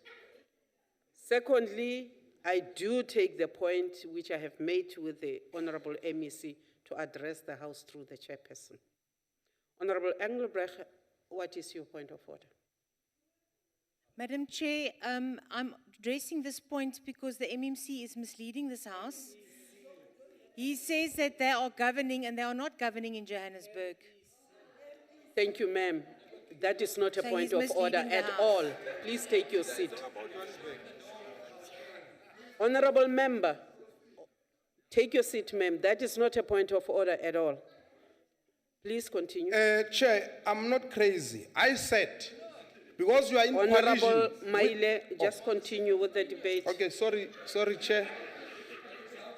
I said in Johannesburg, where the DA is in coalition with the rest of all the other parties, have lined up people to take over as municipal managers. And I wonder if the coalition partners will vote with them because they are anti-cadreship deployment. So people must listen. But the issue, again, that I want to raise, Chair, is that this notion that the ANC is corrupt is false and misleading because it's not true. As the ANC, and I'm sure some of you have got a privilege to read our documents, you will know that we have deliberately acted against corruption in many instances without any fear or favor. So to try and but also, Chair, I want to deal with the issue of the EFF because EFF was the honorable member. Honorable Maile. There is another member on the floor. Please take your seat. Honorable Thank Smith. you, Honorable Chairperson. I would like to know if the Honorable MEC that behaves like an EFF member would take a question. Honorable Smith, the question you are putting is whether the MEC will take a question. You are ready, all right? Honorable Maile, will you take a question? I don't take crazy questions. So Honorable Maile, don't go where you are being led.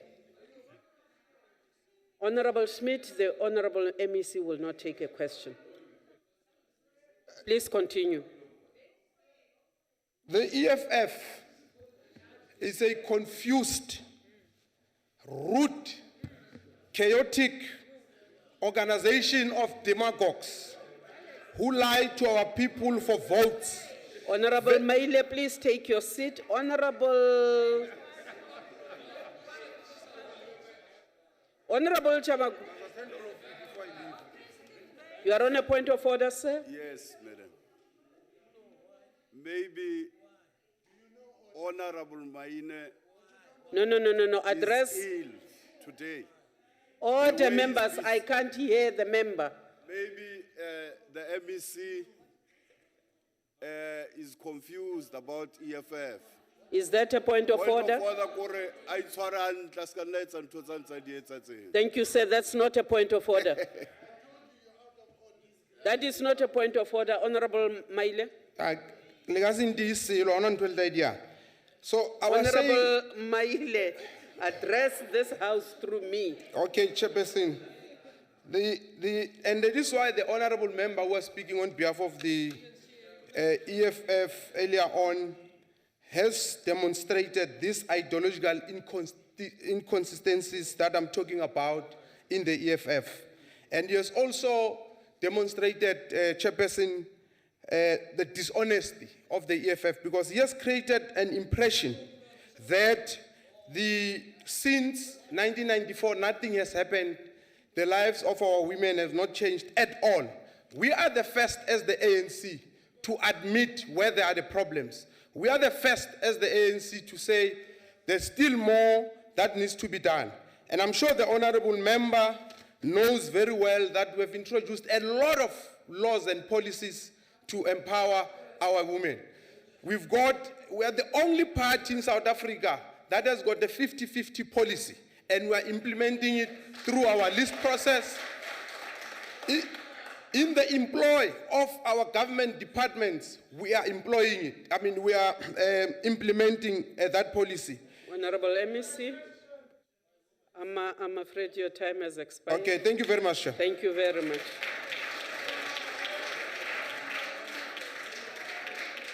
The Honorable Mpambo Sibukwan. Order. Order. Thank you, Chairperson.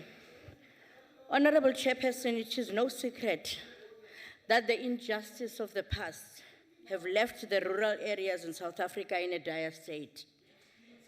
It is no secret that the rural economy of South Africa's history of racial dispossession has left the country with skewed patterns of ownership, which exclude the majority of South Africans from the land assets and inclusion in rural economies. The DA aims to address these issues by aiming to achieve and redress in rural communities, Chairperson, that promote economic inclusion, to alleviate poverty and support growth and prosperity in the agricultural sector. The agricultural sector, Chairperson, in South Africa's second largest industry that contributes positively to the GDP. Chairperson, historically, Black women have been the most oppressed individuals, and the aim to rectify the injustices of the past include women from rural areas. Although this may not be easy to do, it is possible. One of the DA's objectives is to achieve open society for all. The DA's economic policies and social policies are primarily aimed at creating the circumstances for growth and job creation. It is imperative, Chairperson, to understand that women in rural South Africa have faced many hardships throughout their lives. Women have had to be the breadwinners of many households. This is a huge responsibility and is often a burden, as they have had limited access. We aim to deal specifically with the unemployability issues by looking at the land reform policy, which implicitly aims to move away from meeting targets, specifically meeting individual needs. The DA needs land reform policy to focus on a number of core principles. Land reform is a moral and political imperative which aims to represent an opportunity to invigorate rural communities by giving rural dwellers greater access to productive assets. The land reform strategy must be informed not by the need to achieve quantity land targets, but by the objectives to firstly support a thriving commercial agricultural sector that aims to protect South Africa's food security. Secondly, to promote small-scale farmers which can be economically viable. And finally, to promote and alleviate poverty and support household food security through appropriate assistance for subsistence agriculture. The success of this land reform, Chairperson, policy would be determined in terms of the livelihood created to the supported and economic value created through the business initiatives that may result through the policy framework. This, however, cannot be simply done by the various government department stakeholders. It may be wise to get into the collaboration with private sector to assist rural women in developing their business skills that can ensure not only sustainability, but a form of profitability for our economy. There's a popular saying that says, you strike a woman, you strike a rock. Every woman in South Africa, including rural women, need to be well equipped not only to make a positive effect in their household, but to make a positive effect in their communities and in turn to the greater economy. Chairperson, Honorable Maile comes here to tell lies and claim victories. I just want to put it straight on record that it is this... Honorable Sipambos Bukwan, please take your seat. Please take your seat, ma'am. Yes, sir. For the member to say that I'm telling lies, because I'm not a liar. Honorable Mpambo Shibukwane, the honorable member may be a member of the Gauteng legislature, but she's covered by every rule of this House. Please withdraw. Calling a member a liar. I withdraw, Chairperson. Thank you, ma'am. Please continue. It is this ignorance that needs to be eroded from his utterances, and this is the ignorance that made the ANC to lose. They would rather beware of 2019. We are coming with all our values of freedom, fairness, and opportunities to South Africans. Diabulela, Chairperson. Diabulela. The order. The Honorable Dlamini. Honorable Mpambo Shibukwana, are you threatening my members with violence? Honorable Labuskaghni. On a point of order, ma'am. Honorable Dlamini, sit down, please. To check, Chair, are we all your members or are only certain people your members? All of you are my members. All members of this house, I suppose I am also your member. Yes. I was speaking to my member threatening my other members. Honorable Dlamini.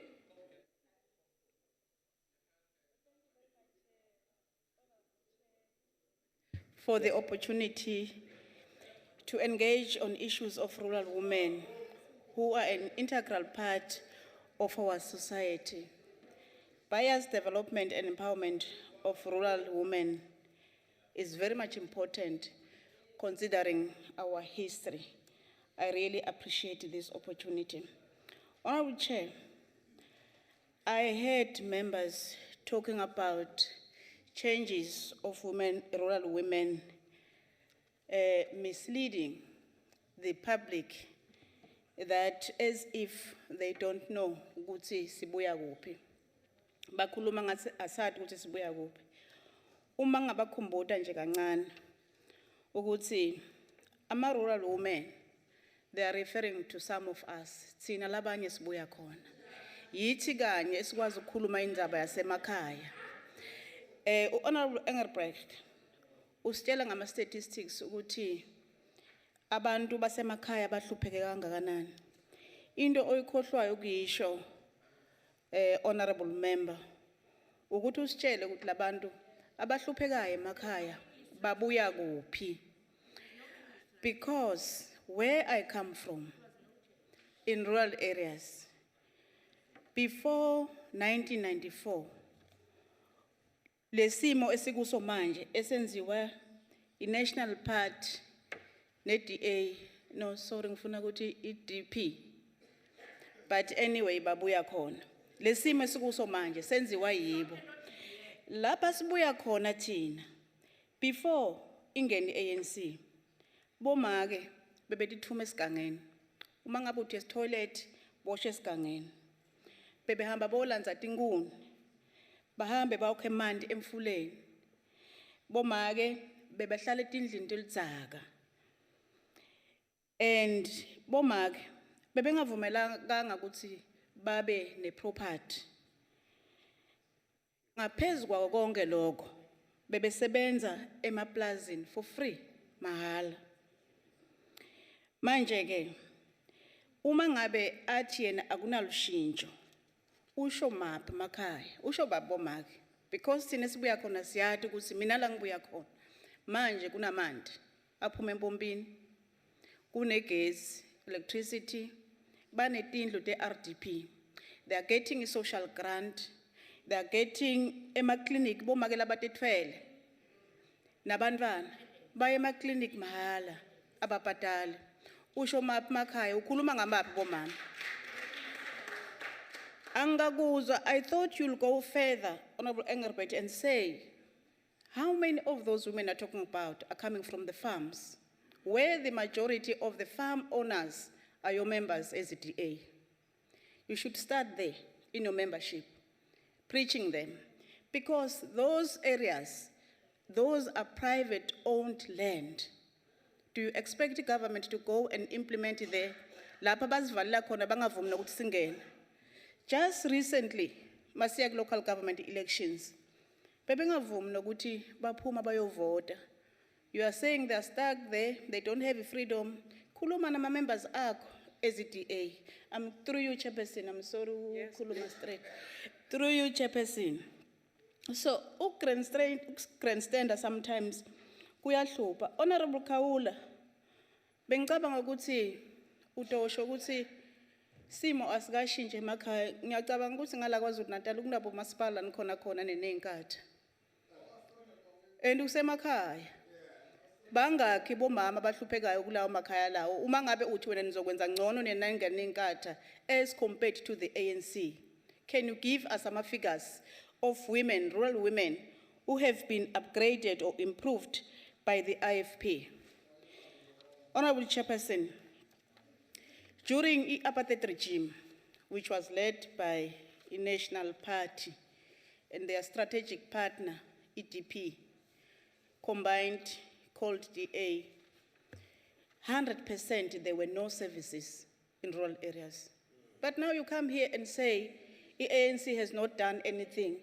Obviously, a lot has been done by the ANC, but it will not be the same because a little bit in urban areas, there was a Honorable development. Dlamini, please take your seat. Honorable Labaskachne. On a point of order, I don't see any member of the National Party in this House. No. So the honourable member talking about the National Party and then she refers to they. Can she give us clarity on what she means through you, Chair? Thank you. Honorable Dlamini. Ngishilo Chairperson ngathi ngisho i-Nationalist Party and their strategic partner pretended as if they were opposition, yet they were working together. A Democratic Party combined, they formed an alliance DA. That's what I've said. Honorable Dlamini, please take your seat. Honorable Labaskachne. Thank you, well, Honourable Chair. I just want to raise a point of order here that the information that the Honourable Dlamini has is a little bit selective because there's members of the National Party now part of the ANC as a party. So are they also partners of the ANC? Thank you. Honorable Dlamini, for progress' sake, what the Honorable Labaskachne is saying is true. The National Party members have joined all of us, all different parties. So can we, for progress' sake, please step off of that matter and go. It's a matter of historical fact. Let us please move on. Thank you very much, Honorable Chair. Asibongeke kakhulu. Order, order, Honorable Inhlangano Member. yabomake ANC Women's League, for strides that it has made for fighting for rural women. That is the only party that I know of that fought for bomake basemakaya together with our mother body, the ANC. What does that mean? It means that, Honorable Chair, in 1994, the society that was inherited by the democratic government, the ANC, was deeply divided with profound disparities in socio-economic well-being across racial groups. Within this context, certain groups of society, especially rural women and girls, were further excluded and marginalized beyond race. Discrimination based on gender led to women become vulnerable to chronic stressors such as unemployment, poor health, and educational status, with generally poor standard of living. The ANC is focused on women empowerment, on rural women, through the realization of civil, political, economic, and social rights was justified within the context of high levels of inequalities impacting on women, which was inherited by the new democratic government. We did not get the playing field level.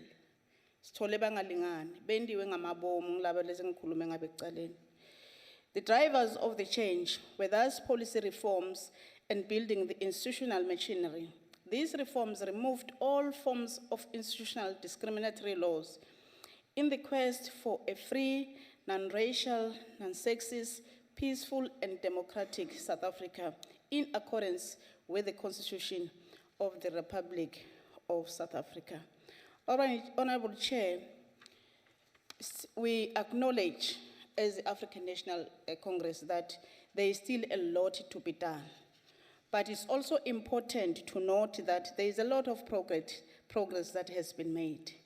In terms of education, the government of the ANC, led by the ANC, has introduced basic education, no-fee schools, which is contributing to the development of women, nutrition schemes in schools.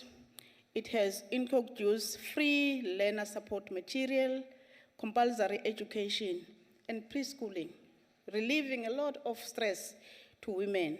In terms of higher education, NSFAS in higher education has allowed a number of rural women to go to school and empower themselves in terms of qualification, which was not there before.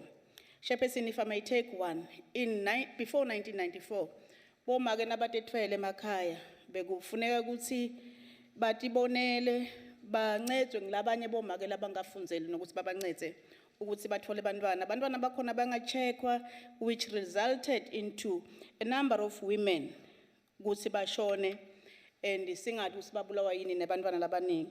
In terms of houses, of the 4.3 million houses that has been built so far, plus minus 56% of houses had been given to women emakhaya. Bomake nyalo esikhundleni sokuthi babhuce lidzaka bayakwati ukuhlala etindlini.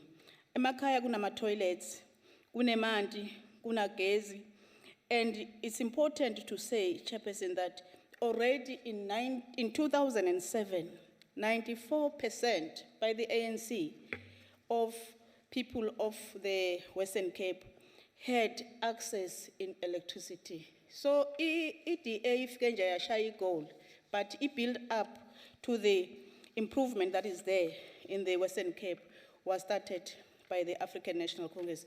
I do want to say, Honorable Chair, that it is not only the responsibility of the government to ensure empowerment of women, but we are all responsible as women, as fathers, as church organization.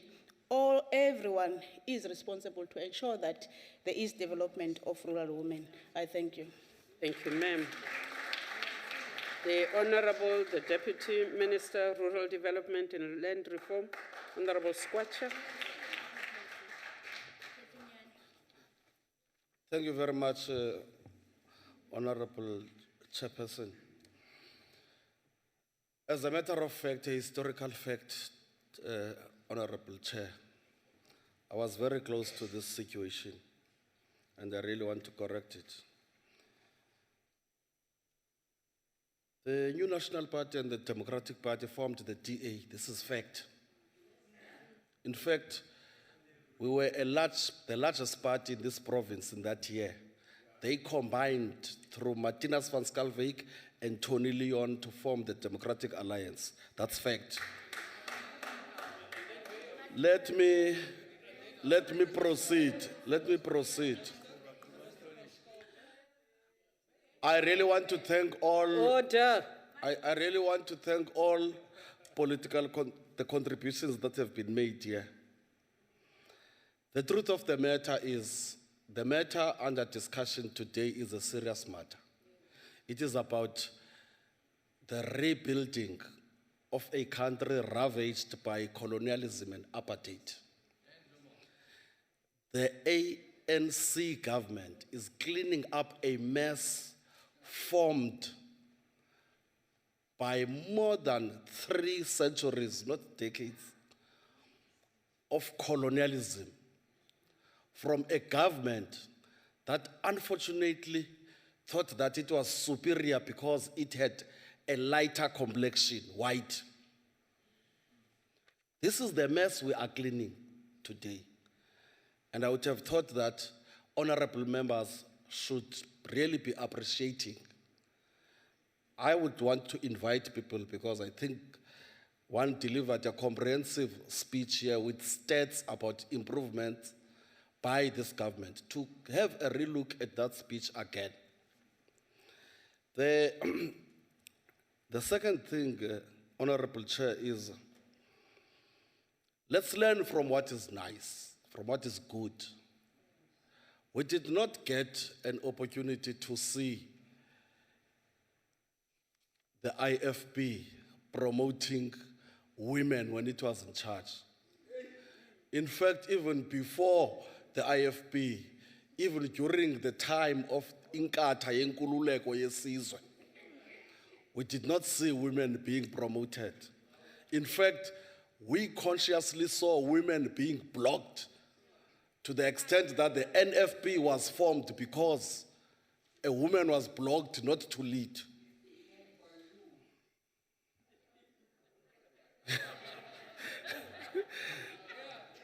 The last thing that I want to say, Honorable Chair, is we lead by example and through experience.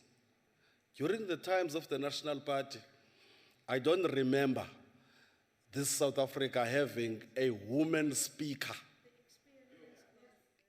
In fact, in that whole cabinet of the National Party, there was only one woman as a minister called Rina Venter. No other one. 1994, we had a woman speaker.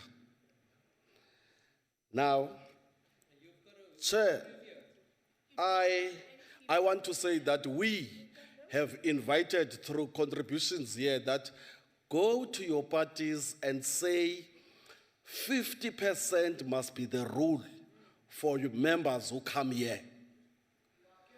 From the National Party, New National Party, or the DA or the EFF, you now work together. You have cemented your alliance through the two Juliuses, one sitting here and one absent here, and you now are in. I want to end off, Chair.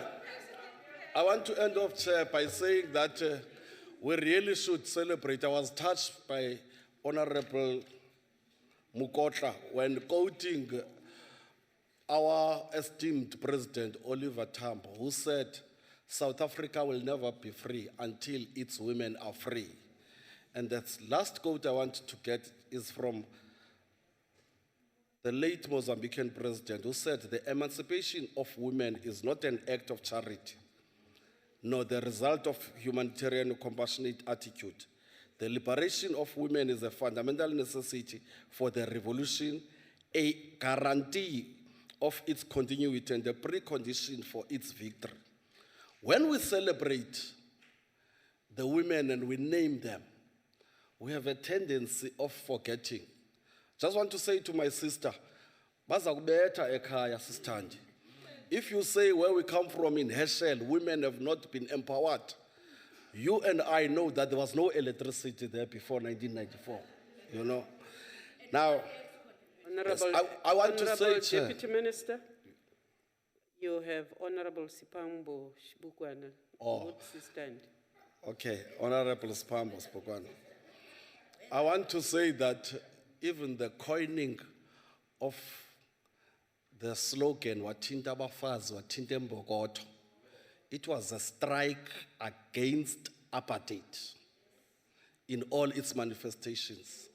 And by the way, as we mention all these women who have fought so gallantly to free us in South Africa, let us not forget that in this country, a member of Umkhonto weSizwe, who was a woman, fought for freedom, was arrested, tortured, sentenced to prison to free all of us, and got released. And now, today, we want to salute her too. She is now none other than the chairperson of the NCOP, Comrade Tabilities. Thank you. Thank you, sir. Order, members. Thank you very much. Order. Order, Honorable One. Members, order. I appreciate the excitement, and I appreciate all the MECs in this debate and those who came on the debate before this one, all the special delegates from the various provinces for making the time to come and spend the day, but to also make these important inputs. I also want to thank you very much for these very incisive debates. For anybody listening to you, honorable members, you are not far apart. It is just that in the nature of politics, we sometimes think that it is wrong as the House to be together up to the end. But the points you were making were all in the interests of rural women. And I think as women of this country, we thank you for that. Honorable member, this then concludes the debate and the business of the day. Members are requested to remain standing until the procession has left the House, and the House is adjourned.